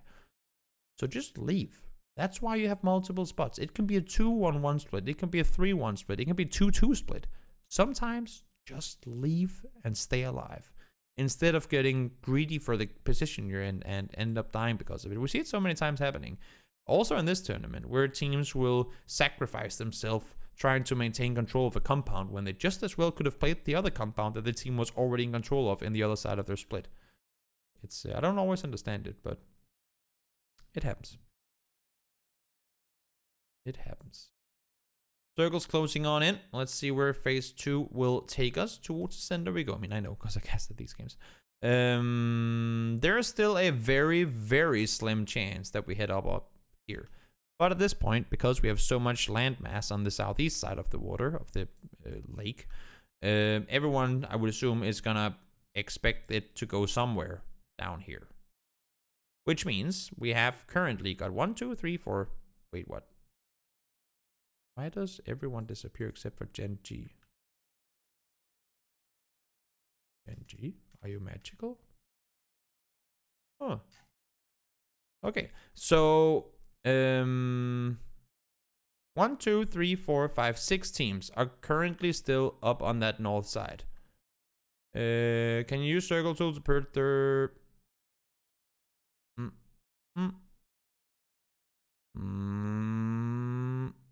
It can't. Can it? I guess theoretically. I guess we can just wait. Where is it? Boop.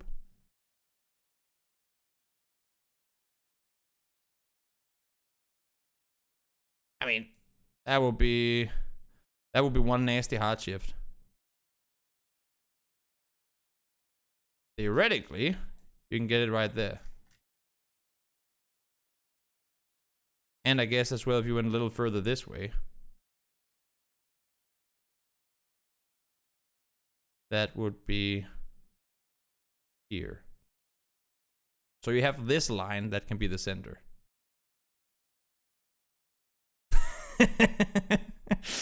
But that is that's slim pickings. You can have it right there on the west side of the water. Do you owe your teammates money now, Tixu? It can't go north. Imagine if it happened, Tixu, and you were all rotating away. The amount of hate that no, I'm kidding. But it can. Theoretically it can, but also very, very, very unlikely. But the circle does close in. As you can see with this shift, no one up to stay around, ends included. Full speed around they go. Everyone wants to place something down here because, as we said before, it's very likely that the circle is gonna go down here, even with the next shift. So, because next circle can include water. Next circle can still include water. The only thing is, and that's what people sometimes forget, not the players obviously, but the viewers forget, that the circle center, that's why I added this as well before. The center of the circle of phase 3. Where did I go? There you go. The center of phase 3, obviously it has to be within the previous circle, but the center of the circle cannot be in the water. It cannot be unplayable terrain. So, if we had a circle like this, that's just not possible. Again, one of those things that most people maybe don't know. We cannot have a circle like this. Right now, this is the center, right? It's not possible. It cannot go into the water like that. So obviously people know that. And therefore they do the math according to what is likely and unlikely to happen in a game like this. You could get a circle to the south, but easily. Yeah. We could easily. We could get this shift where it, right? This could happen. Right now, the dot is somewhere over here. Easily happen. And then, obviously, the next circle is just going to go within this. Then the next circle is just going to go somewhere down here. Like anywhere here that goes around the water. Very easily possible. Very easily possible. But what I'm saying is because phase 3 and all circles cannot have water being a center. It's very limited where we can place, as I drew before, you have a little line of center positions, like here, where you can have the dot Because as soon as we go even down here, I guess the dot is actually on the bridge now. Kind of. I'm trying to really follow these lines. So you could kind of trail for a little bit until this starts closing in the other way, because then we're going back into the water. We couldn't be straight down here, but it could be up here and down here, I guess, and a little further out. But that would still mean the same thing, that the circle would in the end up being, as as you can see most teams have anticipated by now, the circle would end up being down here. That's why we see, if we just rewind a little and draw it up, all the teams that were up here, we had 6 of them before. All of them, one way or another, are trying to get south side position. You can kind of see the migration once this circle pops, right? Everyone wants to find the gold down here. One way or another, get yourself into the south side of the circle and find yourself a spot to play from. ENCE is really the only team that opts to wrap far north around. Not that, I mean, ENCE, it's not unlikely for ENCE to do rotations like that. And Gen G, obviously, the one team that stays behind and prays to the PUBG gods that maybe, just maybe, the circle is going to go to them. So that's what we're looking at right now. ENCE makes their way in from the northeast. Gen G are sitting towards the southwest. We have Liquid in a split down here after the fight, which I was not expecting, happened down towards Heaven. Called it, but not expecting it. And then we get this shift, which also is very interesting. Because the dot is, if we follow it, there. Kind of, right? Yeah, I guess there, actually. Here's the dot. That is, that is one unfortunate circle shift. Especially for all the teams down here. Because again, as we usually do, if we draw the line through the middle, there is no team. Tixu is the only player. Tixu has half a circle to himself at this point. He's in our not that straight drawn middle line, but you know, doesn't matter.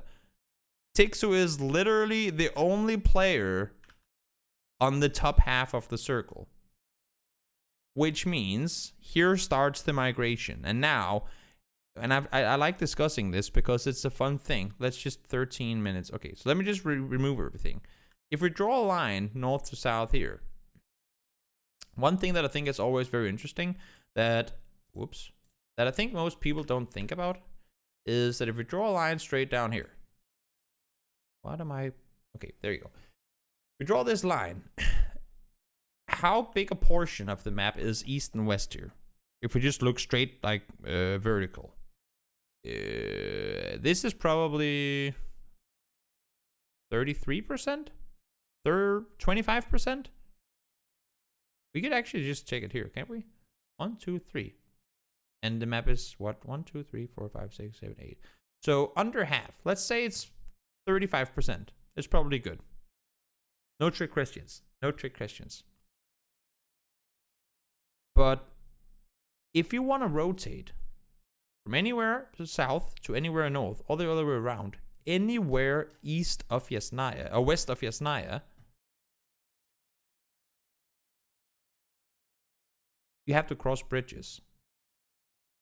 That's what I think is a little fun to think about. There's no solid path. I've always thought if it could be a fun idea to have like a flat land here.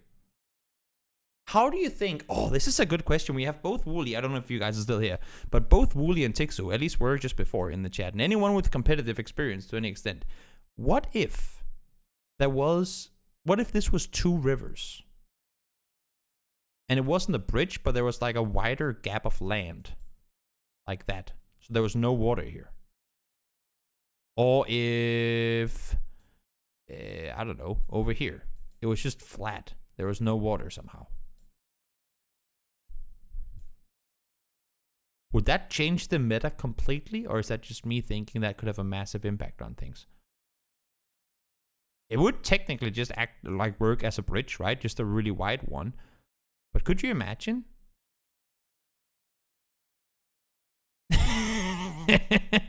Okay, so just for you, I would build a little jump here. You could go woo and land down there. I would build, there would be a little jump in the water somehow. So you could jump across. I've just been thinking, what if? Because it's a lot. And that's the a tunnel for the boats. Doesn't that then become a bridge? You have an overpath with a tunnel underneath where water goes through, where the river continues through, and it kind of just becomes a big wide bridge. But I just think it's fun. It's a fun thing to keep in mind that anywhere west of Yasnaya, you have to cross bridges to transition north and south. No road, no bridge. It's true. It's true, I guess. Let's go back to 13 minutes, something where we were before. So circle goes north, and if you want to go anywhere north that is not, as we drew up before, here, you have to cross bridge, or you can, I guess, swim across if you feel like it. You can go here, you can still go here if you're crazy. So let's see, how many teams do we have to the south at this point? All of them, obviously, but once the circle pops. South of Yasnaya, we'll say.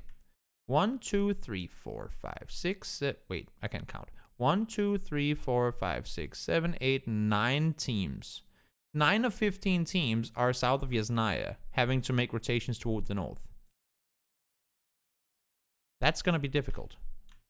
There's not going to be enough space on these paths for all these teams to try and make their rotations on it. Whether you cross bridges or not, having 9 teams trying to rotate to what will essentially be the same direction at the same time is going to be incredibly difficult. Let's see what's going to happen. 3 teams, 4 teams rotate over the top. Oath, Virtus Pro, and Ents go up here. Ents were kind of already there, but they go up the hill. Take hilltop control. VP rotate their way out. Oath leave the city to go up towards the hills. That's on one side. On the other side, we have 4 AM. They're playing the gas station. They know it's close so that they can transition. If need be, they go over the top. Attack all around. They do the same thing. They're playing the garden. They're playing the forest. They're ready to rotate should they need to. Here they come. GX doing the same thing. So 3 teams rotate west. We have 4 teams rotate east. The rest of them go into the city. Now, that's not necessarily an issue, because Yasnaya, especially late game, can easily house this many teams. A Freak of Freaks end up pushing into SDK. Probably wouldn't. Would that have happened? We did say it wouldn't have happened the same way, but it probably still would, wouldn't it? They drive forward. They accidentally run each other over. Nah, they were already there. I was thinking that they had players down here still. When you can see they run each other over there. I was thinking they had players over here still, so that had they not run each other over, they would actually have made that path of the crossing. But no, it wouldn't have made a difference. This third circle is the worst because 4 can go anywhere. Exactly. It's a feels bad phase 3 because wait, no, now that we have the tool.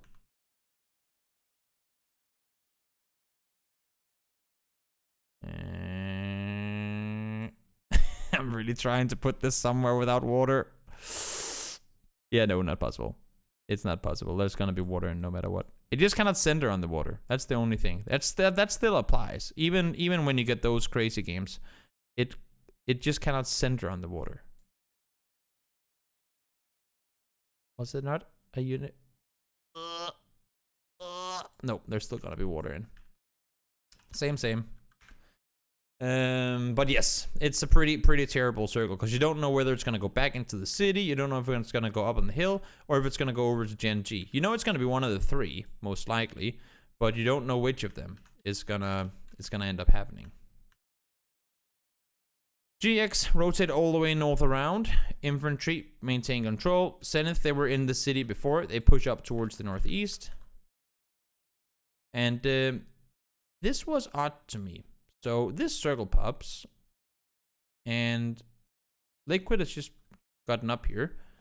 Oath, they rotated out of where Zenith is now, and then when the new circle pops, they go straight back towards where they were before. Maybe they thought that no one had taken their position, but they see them, they go further towards the west, they crash into the city, end up having to fight with Buriram, and they end up going down.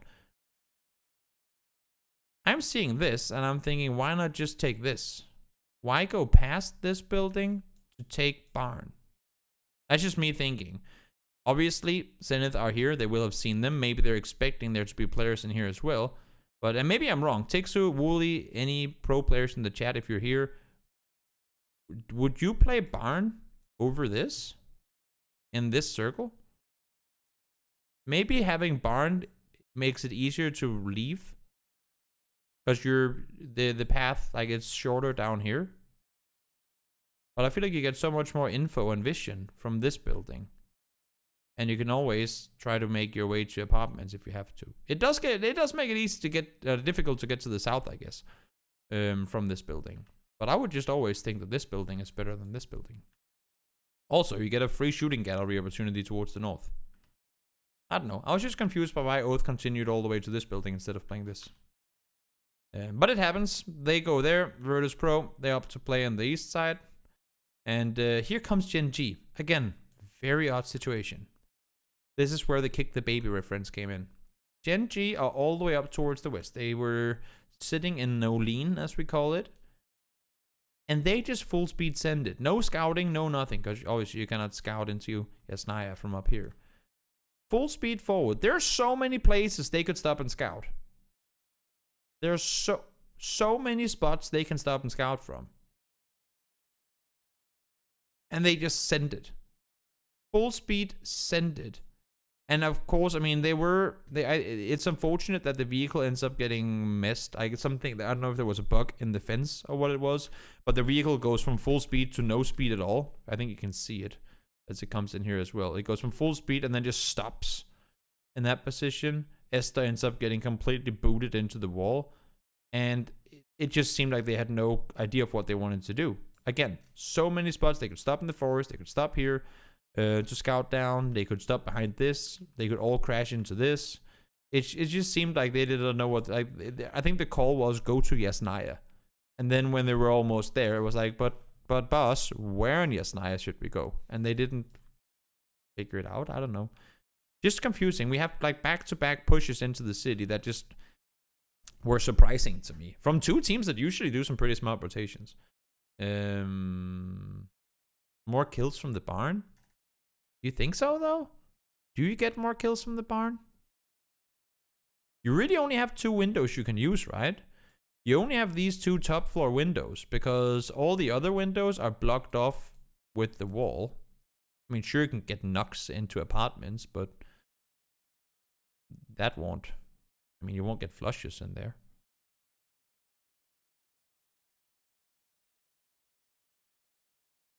I don't know. What's his? You probably chosen the first buildings. You can see them better, but as well, only saw a barn story free. Prepare ran to the barn at the same time. Yeah, I mean it is. In the end of it, it's just absurdly unlucky timing. But I would just like if you had to pick between the two, I'd have crashed there instead. And also, I think there might have been. I don't. Okay, no. Maybe they probably can't scout that from there. They probably cannot scout that from there.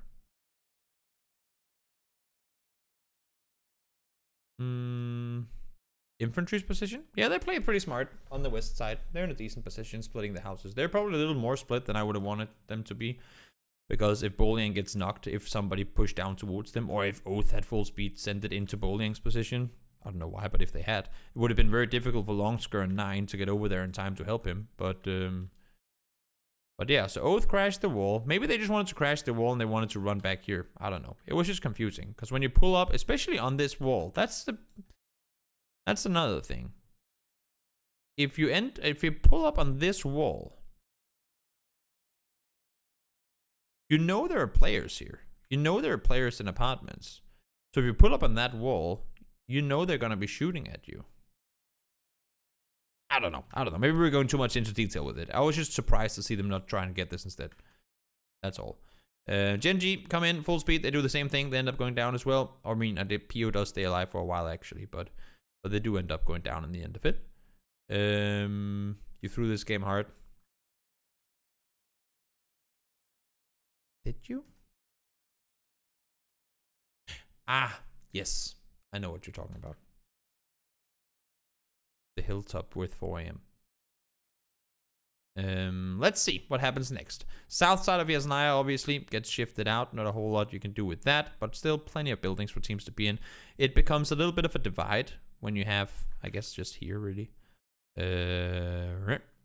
This becomes a road within the city that you will have to cross. It's a little bit, I mean, you all know what Yasnaya looks like, but I'll say it anyway. You get like the little step up in the city that you have to clear coming from the south towards the north, and it can be pretty difficult. You can play around it for a little while, but it becomes pretty difficult to do anything with. SDK, I'm loving the fact that they did not decide to push down, but that they play the top, trying to clear and take control.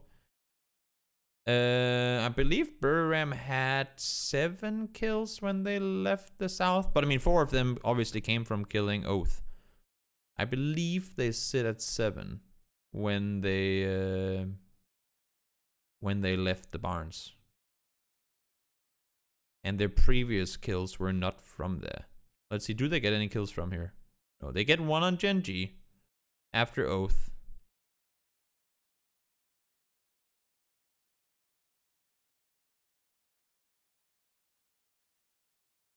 They don't get anything from there. No kills from barn. They ended up having 10 in total, but they didn't end up getting any kills from barn at all. Now, one thing, the team that I was most impressed by in this game, these guys. Zenith play, I can never, is it Zenith or is it Zenith?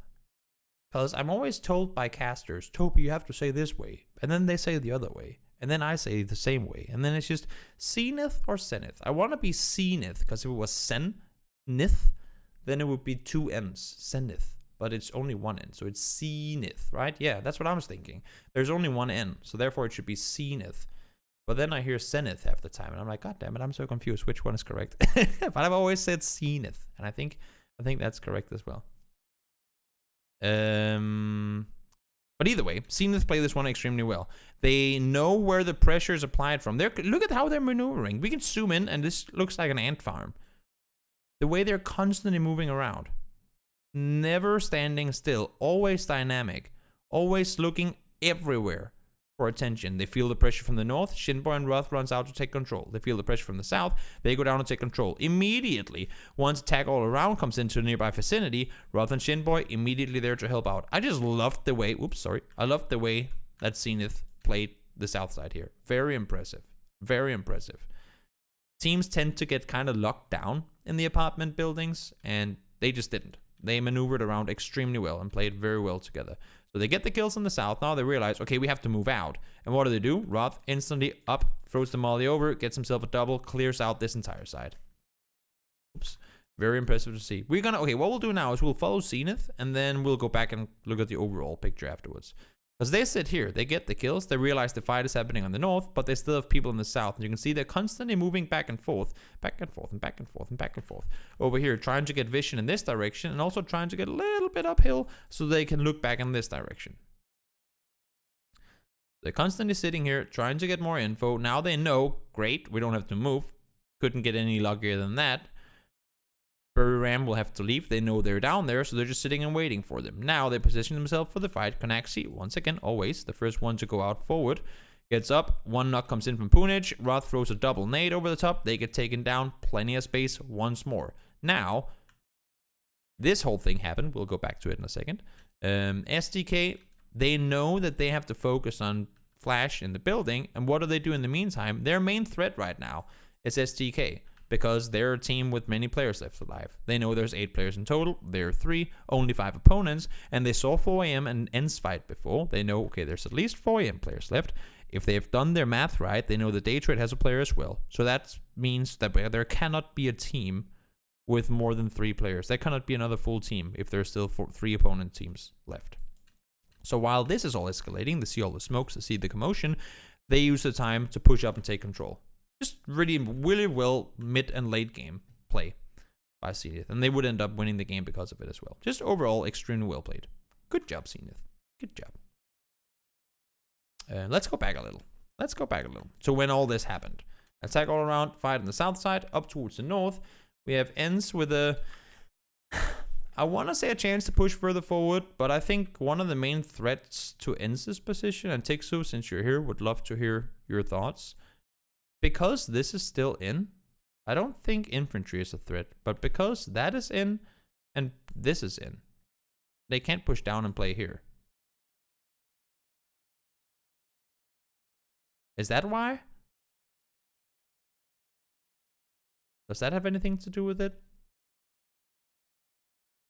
You hear the fight between 4 AM and STK. You push over the top. Rustenmark goes for info.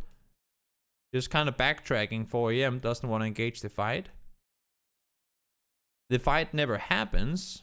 Like it seems to me, okay, Tixu, I know you're here. I'm just gonna say what I think happens, like what I see, and then please tell me when or if or when I get something wrong.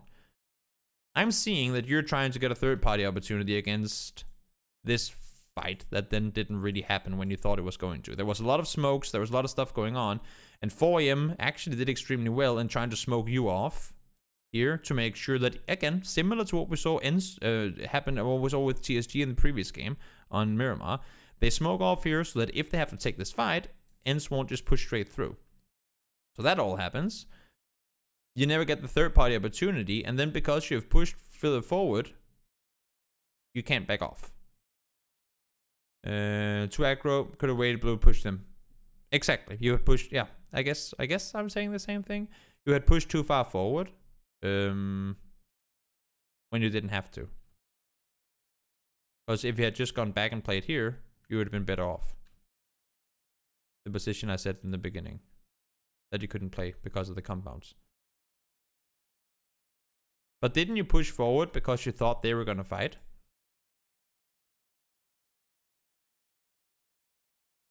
Didn't you push forward because you thought these two teams were going to fight?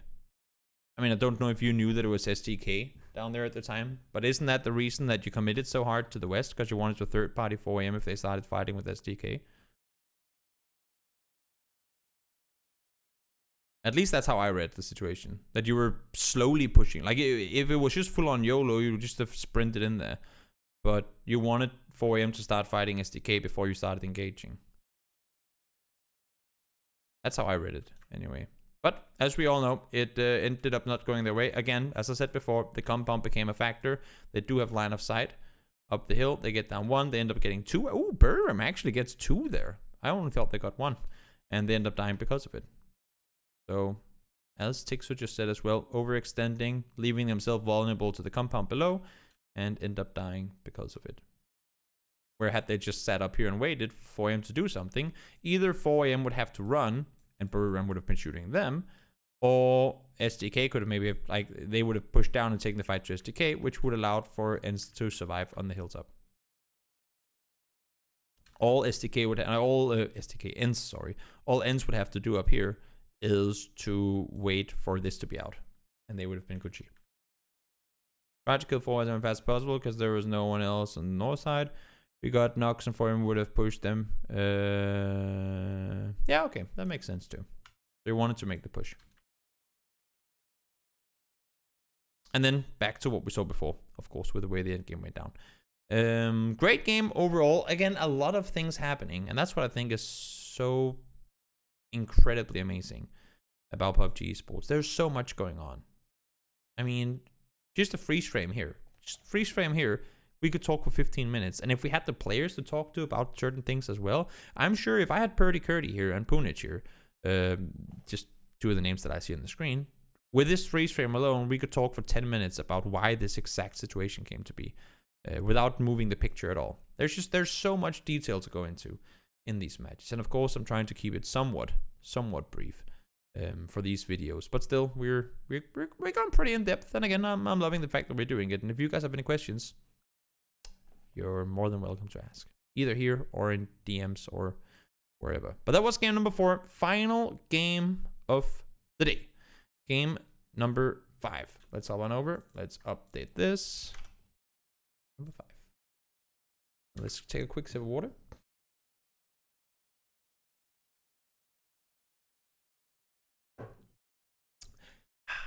We will show the play path. Beep, beep, beep, beep, beep, beep. Now you've seen it. Now we remove it. Once again, down towards the south, we go with TSG and Afrika. This time around, they don't end up fighting. TSG backs off, takes the compounds round. Again, not sure why they're committing so much to this area. With this plane, they had plenty of other spots to go.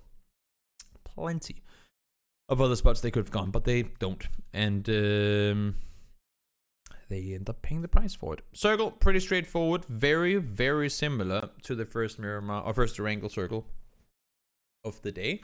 Virtus Pro down towards the southwest. They're gonna get themselves rotated early on, get themselves up up further towards the north. Hirusen does.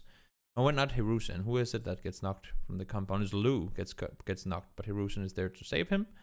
They trade up on the hill. Want to take the fight to Virtus Pro. Again, doesn't really make a whole lot of sense to fight there at this point in the game, which is also why they all end up backing off. So no kills so far in this game. In the meantime, and I'm loving this strat from Buram, because first,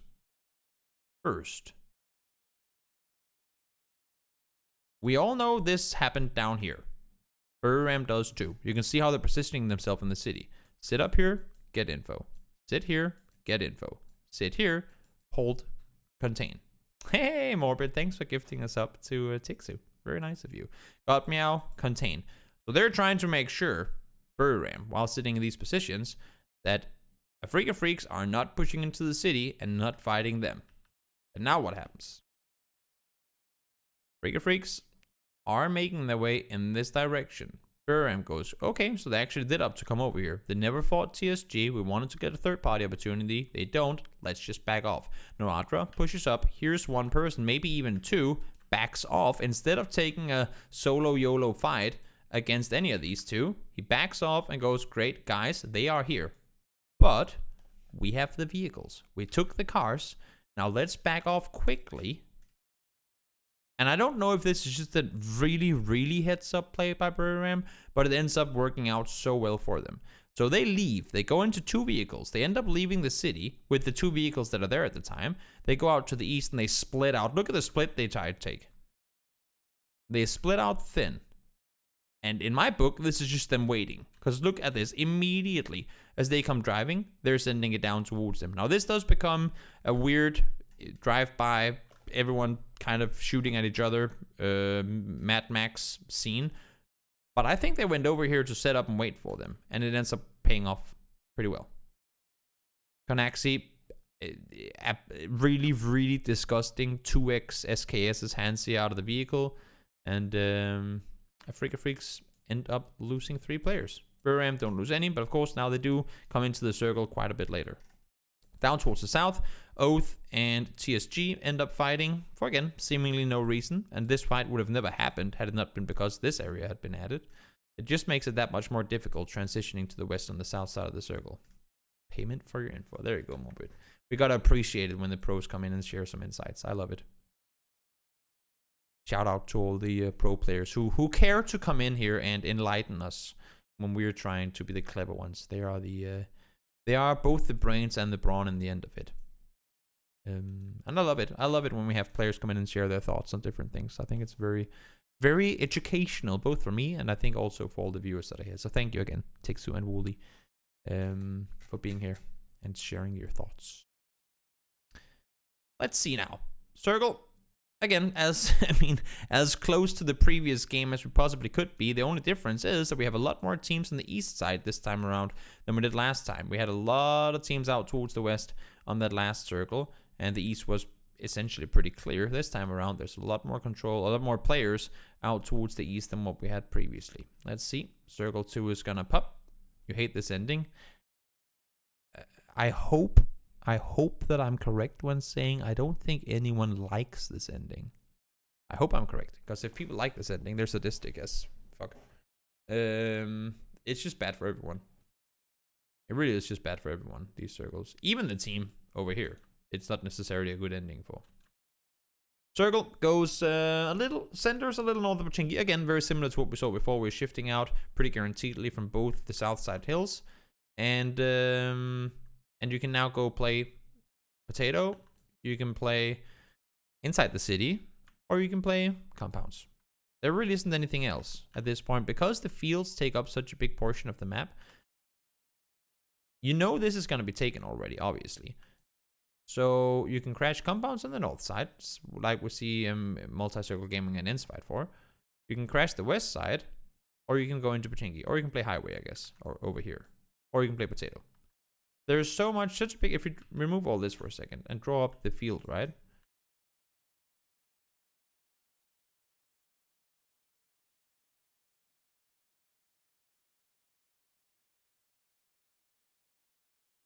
I guess we have to do this. You can play here. You can play there. If we draw, like if you look at how big a portion, we can do the same thing up towards the north. This is pretty unplayable. If you look at how big a portion, these, I'm not gonna spend time like full on colorizing, but you can see these 3 areas are, at least for now, pretty, I don't want to say unplayable, because yes, you can go down and prone behind a vehicle, but if you're playing to win the game, you don't want to go to either of these spots, and they take up quite a big portion of the map, these areas that you really cannot do anything with. So we're forcing teams to wrap around and find different approaches to the circle from, which makes it incredibly difficult to play this circle and have any sort of control of what happens. Again, ends and multi-circle gaming up towards the north. Multi-circle cannot leave, because if they wanted to, ends would shoot them when they see them on the hill.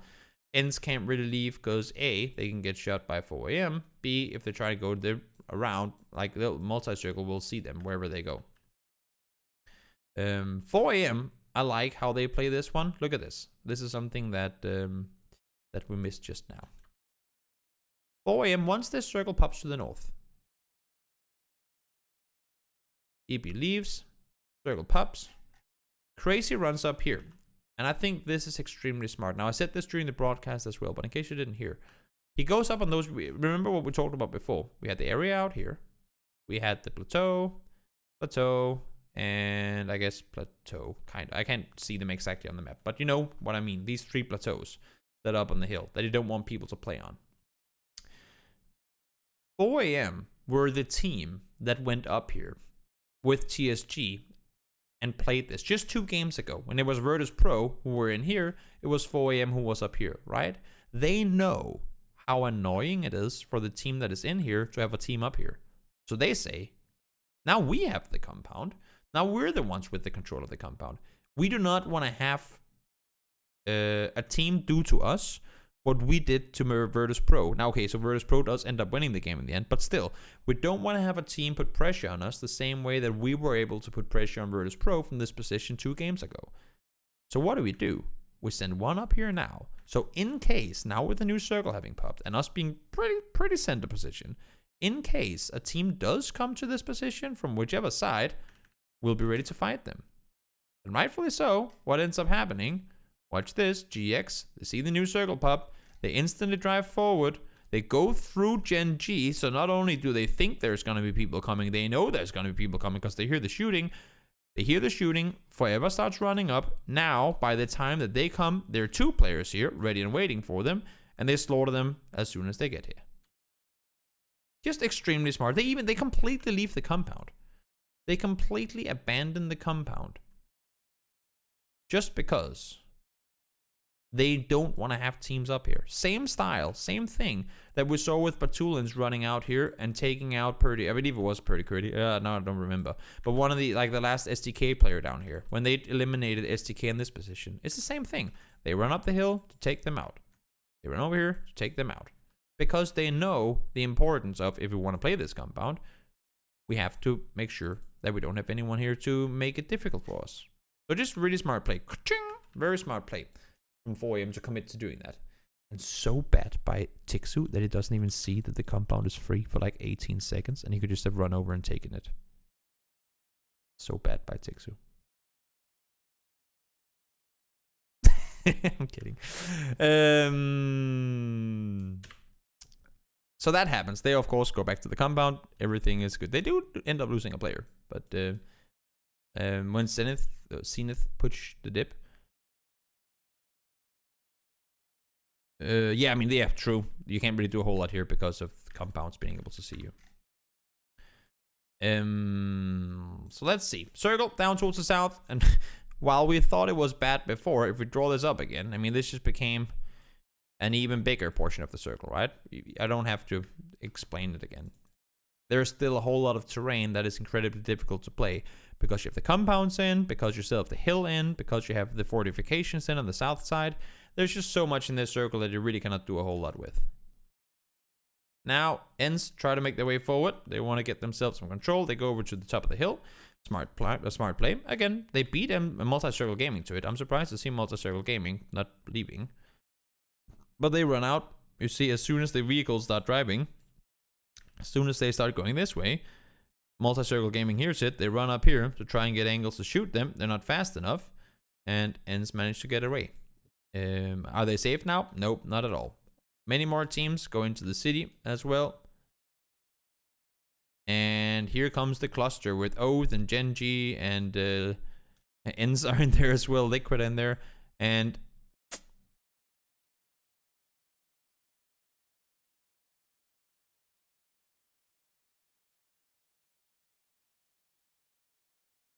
I like the idea of teams trying to take control of this here. It's kind of like it goes out like this, the little dip, or we can draw it like that. Because I mean, again, I'm repeating myself from the broadcast, but it's a smart position to be in, because if the circle then does go out into the field, you can sit down here and contain the players that are trying to leave the city. If you have control here, you can sit and you can essentially have pretty good control and make sure no one leaves Pachinki. I was surprised to see you guys though, Tixu, Ents leave Potato to take it, but I guess you're already kind of downhill. I can't really. There's the dip downhill. I guess you're already pretty much downhill from that position. There was no way for you to scout down here. You knew Buran were over here. You knew this was taken. Did you think there were two teams in here? Or did you know there was only one? If you're still here, Tixu, I would love to know. Did you expect that maybe there was two teams sitting like this? Or did you know it was only one team splitting? Because if it was only one team splitting, I would have thought crashing one of these would be better than this. I mean, we know it's so incredibly easy for us to sit here with all the knowledge and say, but that's why I'm asking, in case Tixu is still here, if they knew that it was only one team in the compound. They try to go in. Genji takes them down. Not a whole lot they can do in that position, unfortunately. Out they go. Circle goes east once more. And now this position becomes even better. Because again, as I said, you can play pretty good contain on the city when you're in that position. Unfortunately for Genji, they've already lost one. Down towards the south. Buram commit to the push. I liked what infantry tried to do. They were in the city. Look at this. Infantry, they are in the city. And instead of just running in and taking the fight in the city, they go, wait, what can we do to maybe stay alive longer? And they try and do the wide wraparound. I thought that was incredibly smart by them. They go all the way south around. Now, Boliang does go down, but they continue driving. I thought it would maybe have made more sense for them to pull up here when they heard the fight was going on. But they go out around, they try to find a good position to go to, and they end up going down. Wait, I'm not sure what knocked Xiaoyang. But smart playing. Smart playing from infantry. Even though they go down, it's still pretty good play. Pretty good reaction play from them to do what they did. EJ, still up on the hill, just kind of by himself, has been there for the entire game so far. Again, this fight happens. Oath and Genji fighting for the dip, because it really is the key point. This is the port to the city if you're coming in from the east, especially on foot, right? So this is where you go in. You can go underneath and run up north. And Oath can't really run out without dealing with this first. Same thing for Liquid. They cannot really go out without dealing with this first. So Liquid try to push in, take the fight to Genji. Oath, when they realize that now Liquid are here, they want to go in, they want to do the same thing, get a third party opportunity, doesn't work out for them. Liquid manages to reset before Oath is fully there and in the fight. Down towards the south, they trade and Buram have a skirmish going. Zenith, in the meantime, try to push the compound a little later than what I thought they were going to do. But they do manage to make their way forward. Unfortunately, they're not fast enough. And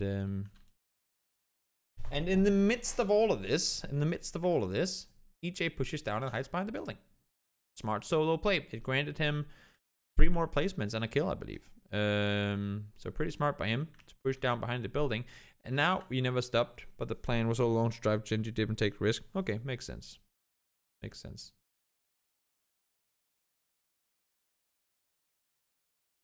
And now this happens. That's what I was talking about during the game. When we realized, because while all the action was happening, I did not realize that EJ was still alive out here. But that's what I said. That's when I said, EJ right now can become the winning factor for Liquid. And I thought for a good time he was going to be. Yeah, when they got the knock, I thought they were going to push as well. I saw it. I saw it happen.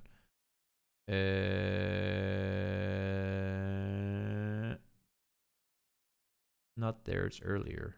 Isn't it? Here. One is knocked and Oath don't commit to the push. That was surprising to me. They stayed back. I didn't understand that. When blue is already pushing in, I would have thought they wanted to push in, but they don't. It's difficult to make that push because attack all around is still looking in this direction as well. But I still thought they would have maybe tried to commit to that push earlier. No, but here, if we fast forward again, right? When this happens, Circle goes away from Liquid. They know they need to push forward. And they don't know about EJ being alive, of course. At least I don't expect that Liquid knows about EJ being alive. So one thing that I thought was incredibly interesting is how fast they reacted to it. Because you can see the hay bells here. Got hay bell there, there, there, there. And right now, they're sitting back here. They don't have any vehicles, obviously. So they need to make the run to one of these 4 new cover positions. And if they just run now, while EJ is not a factor, they're going to get shot at by all these guys and probably won't make it. There was an MK, JRs was on the roof. It would be incredibly difficult for Liquid to make that run. So Liquid needs some sort of a distraction for AAA in order to make that play happen. And I said it during the broadcast as well, that Liquid is one of those teams that react incredibly quick. One thing is, because to think of the process you have to go through from something happening to you doing something as well.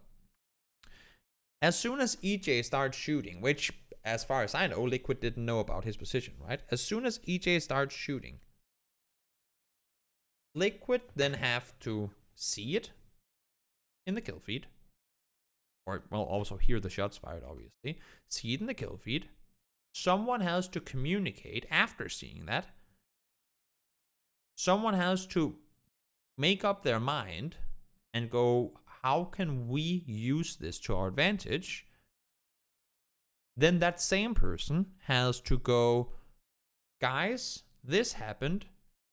Now we have to do this. So you also have to come up with a plan. And after that, after you have given that order as a player, the remaining teammates then have to hear it, process it, and then do what they've just been told to do. And that process, when you think about it, I mean, it happens instantly if the communication is good enough. But on some teams, it can take 3-4 seconds. Before, oh, okay, so this happened. Oh, what should we do? Me just saying that maybe took 2.5 seconds, right? And I didn't even get to telling my teammates what to do.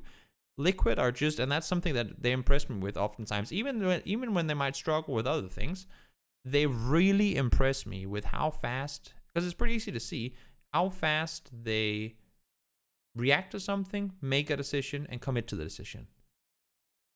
As I said during the game, when EJ was still hiding and not shooting yet, if EJ can get just one knock and force just 1 or 2 of the other players to look in his direction, that will grant Liquid a window of maybe, I mean, because he should get killed pretty quickly after, right?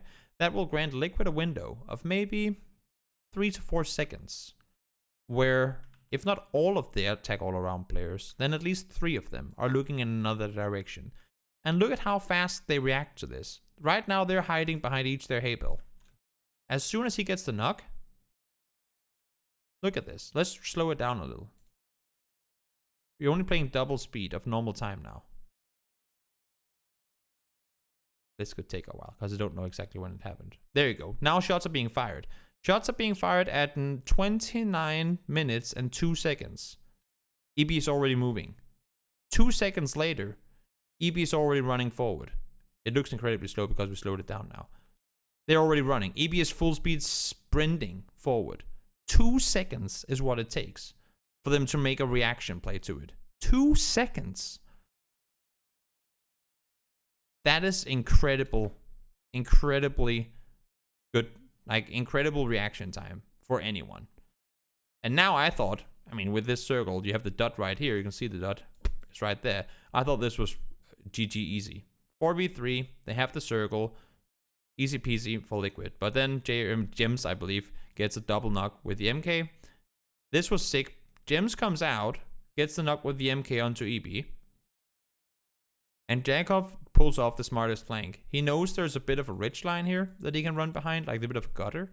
He runs up, gets an angle onto James. Incredibly smart play, because James is looking down here and he gets knocked as well. So now even if he was alive, he can't feed the info. Because he's running behind a gutter and James is on his knees, he can't see him.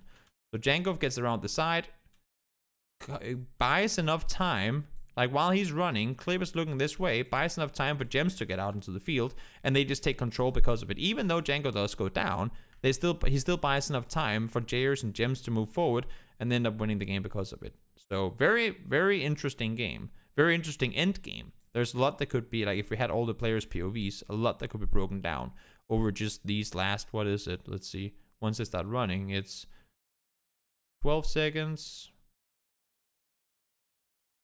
1 minute. Exactly 1 minute-ish of the game. Very interesting to see. Liquid lost, but still number 1. Yeah, they played well. They played it well. They got out of the city. They almost won the game there as well. But in the end, it was going to be a tackle round that won it. And to everyone watching, if you're watching on YouTube, thank you so much for tuning in. I will see you tomorrow for the second video of PUBG analysis of PGIs weekly finals. Thanks for tuning in. Take care.